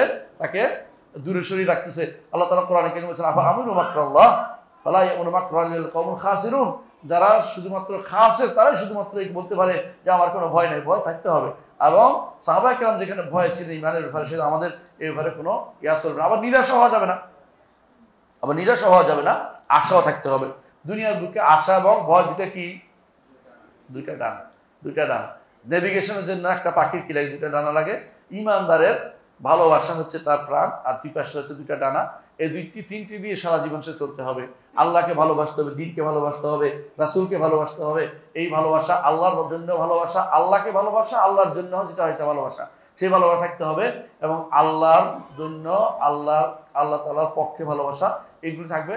কিন্তু সাথে সাথে কি থাকবে? ভয় থাকবে এবং আশাও থাকবে। আলহামদুলিল্লাহ। 9 নম্বর শিক্ষা হচ্ছে যে যখন কোনো বিপদে পড়ে মানুষ, তখন আলেমকে জিজ্ঞাসা করতে হবে, আলেমও উত্তর দিতে বাধ্য। বুঝছেন কিনা?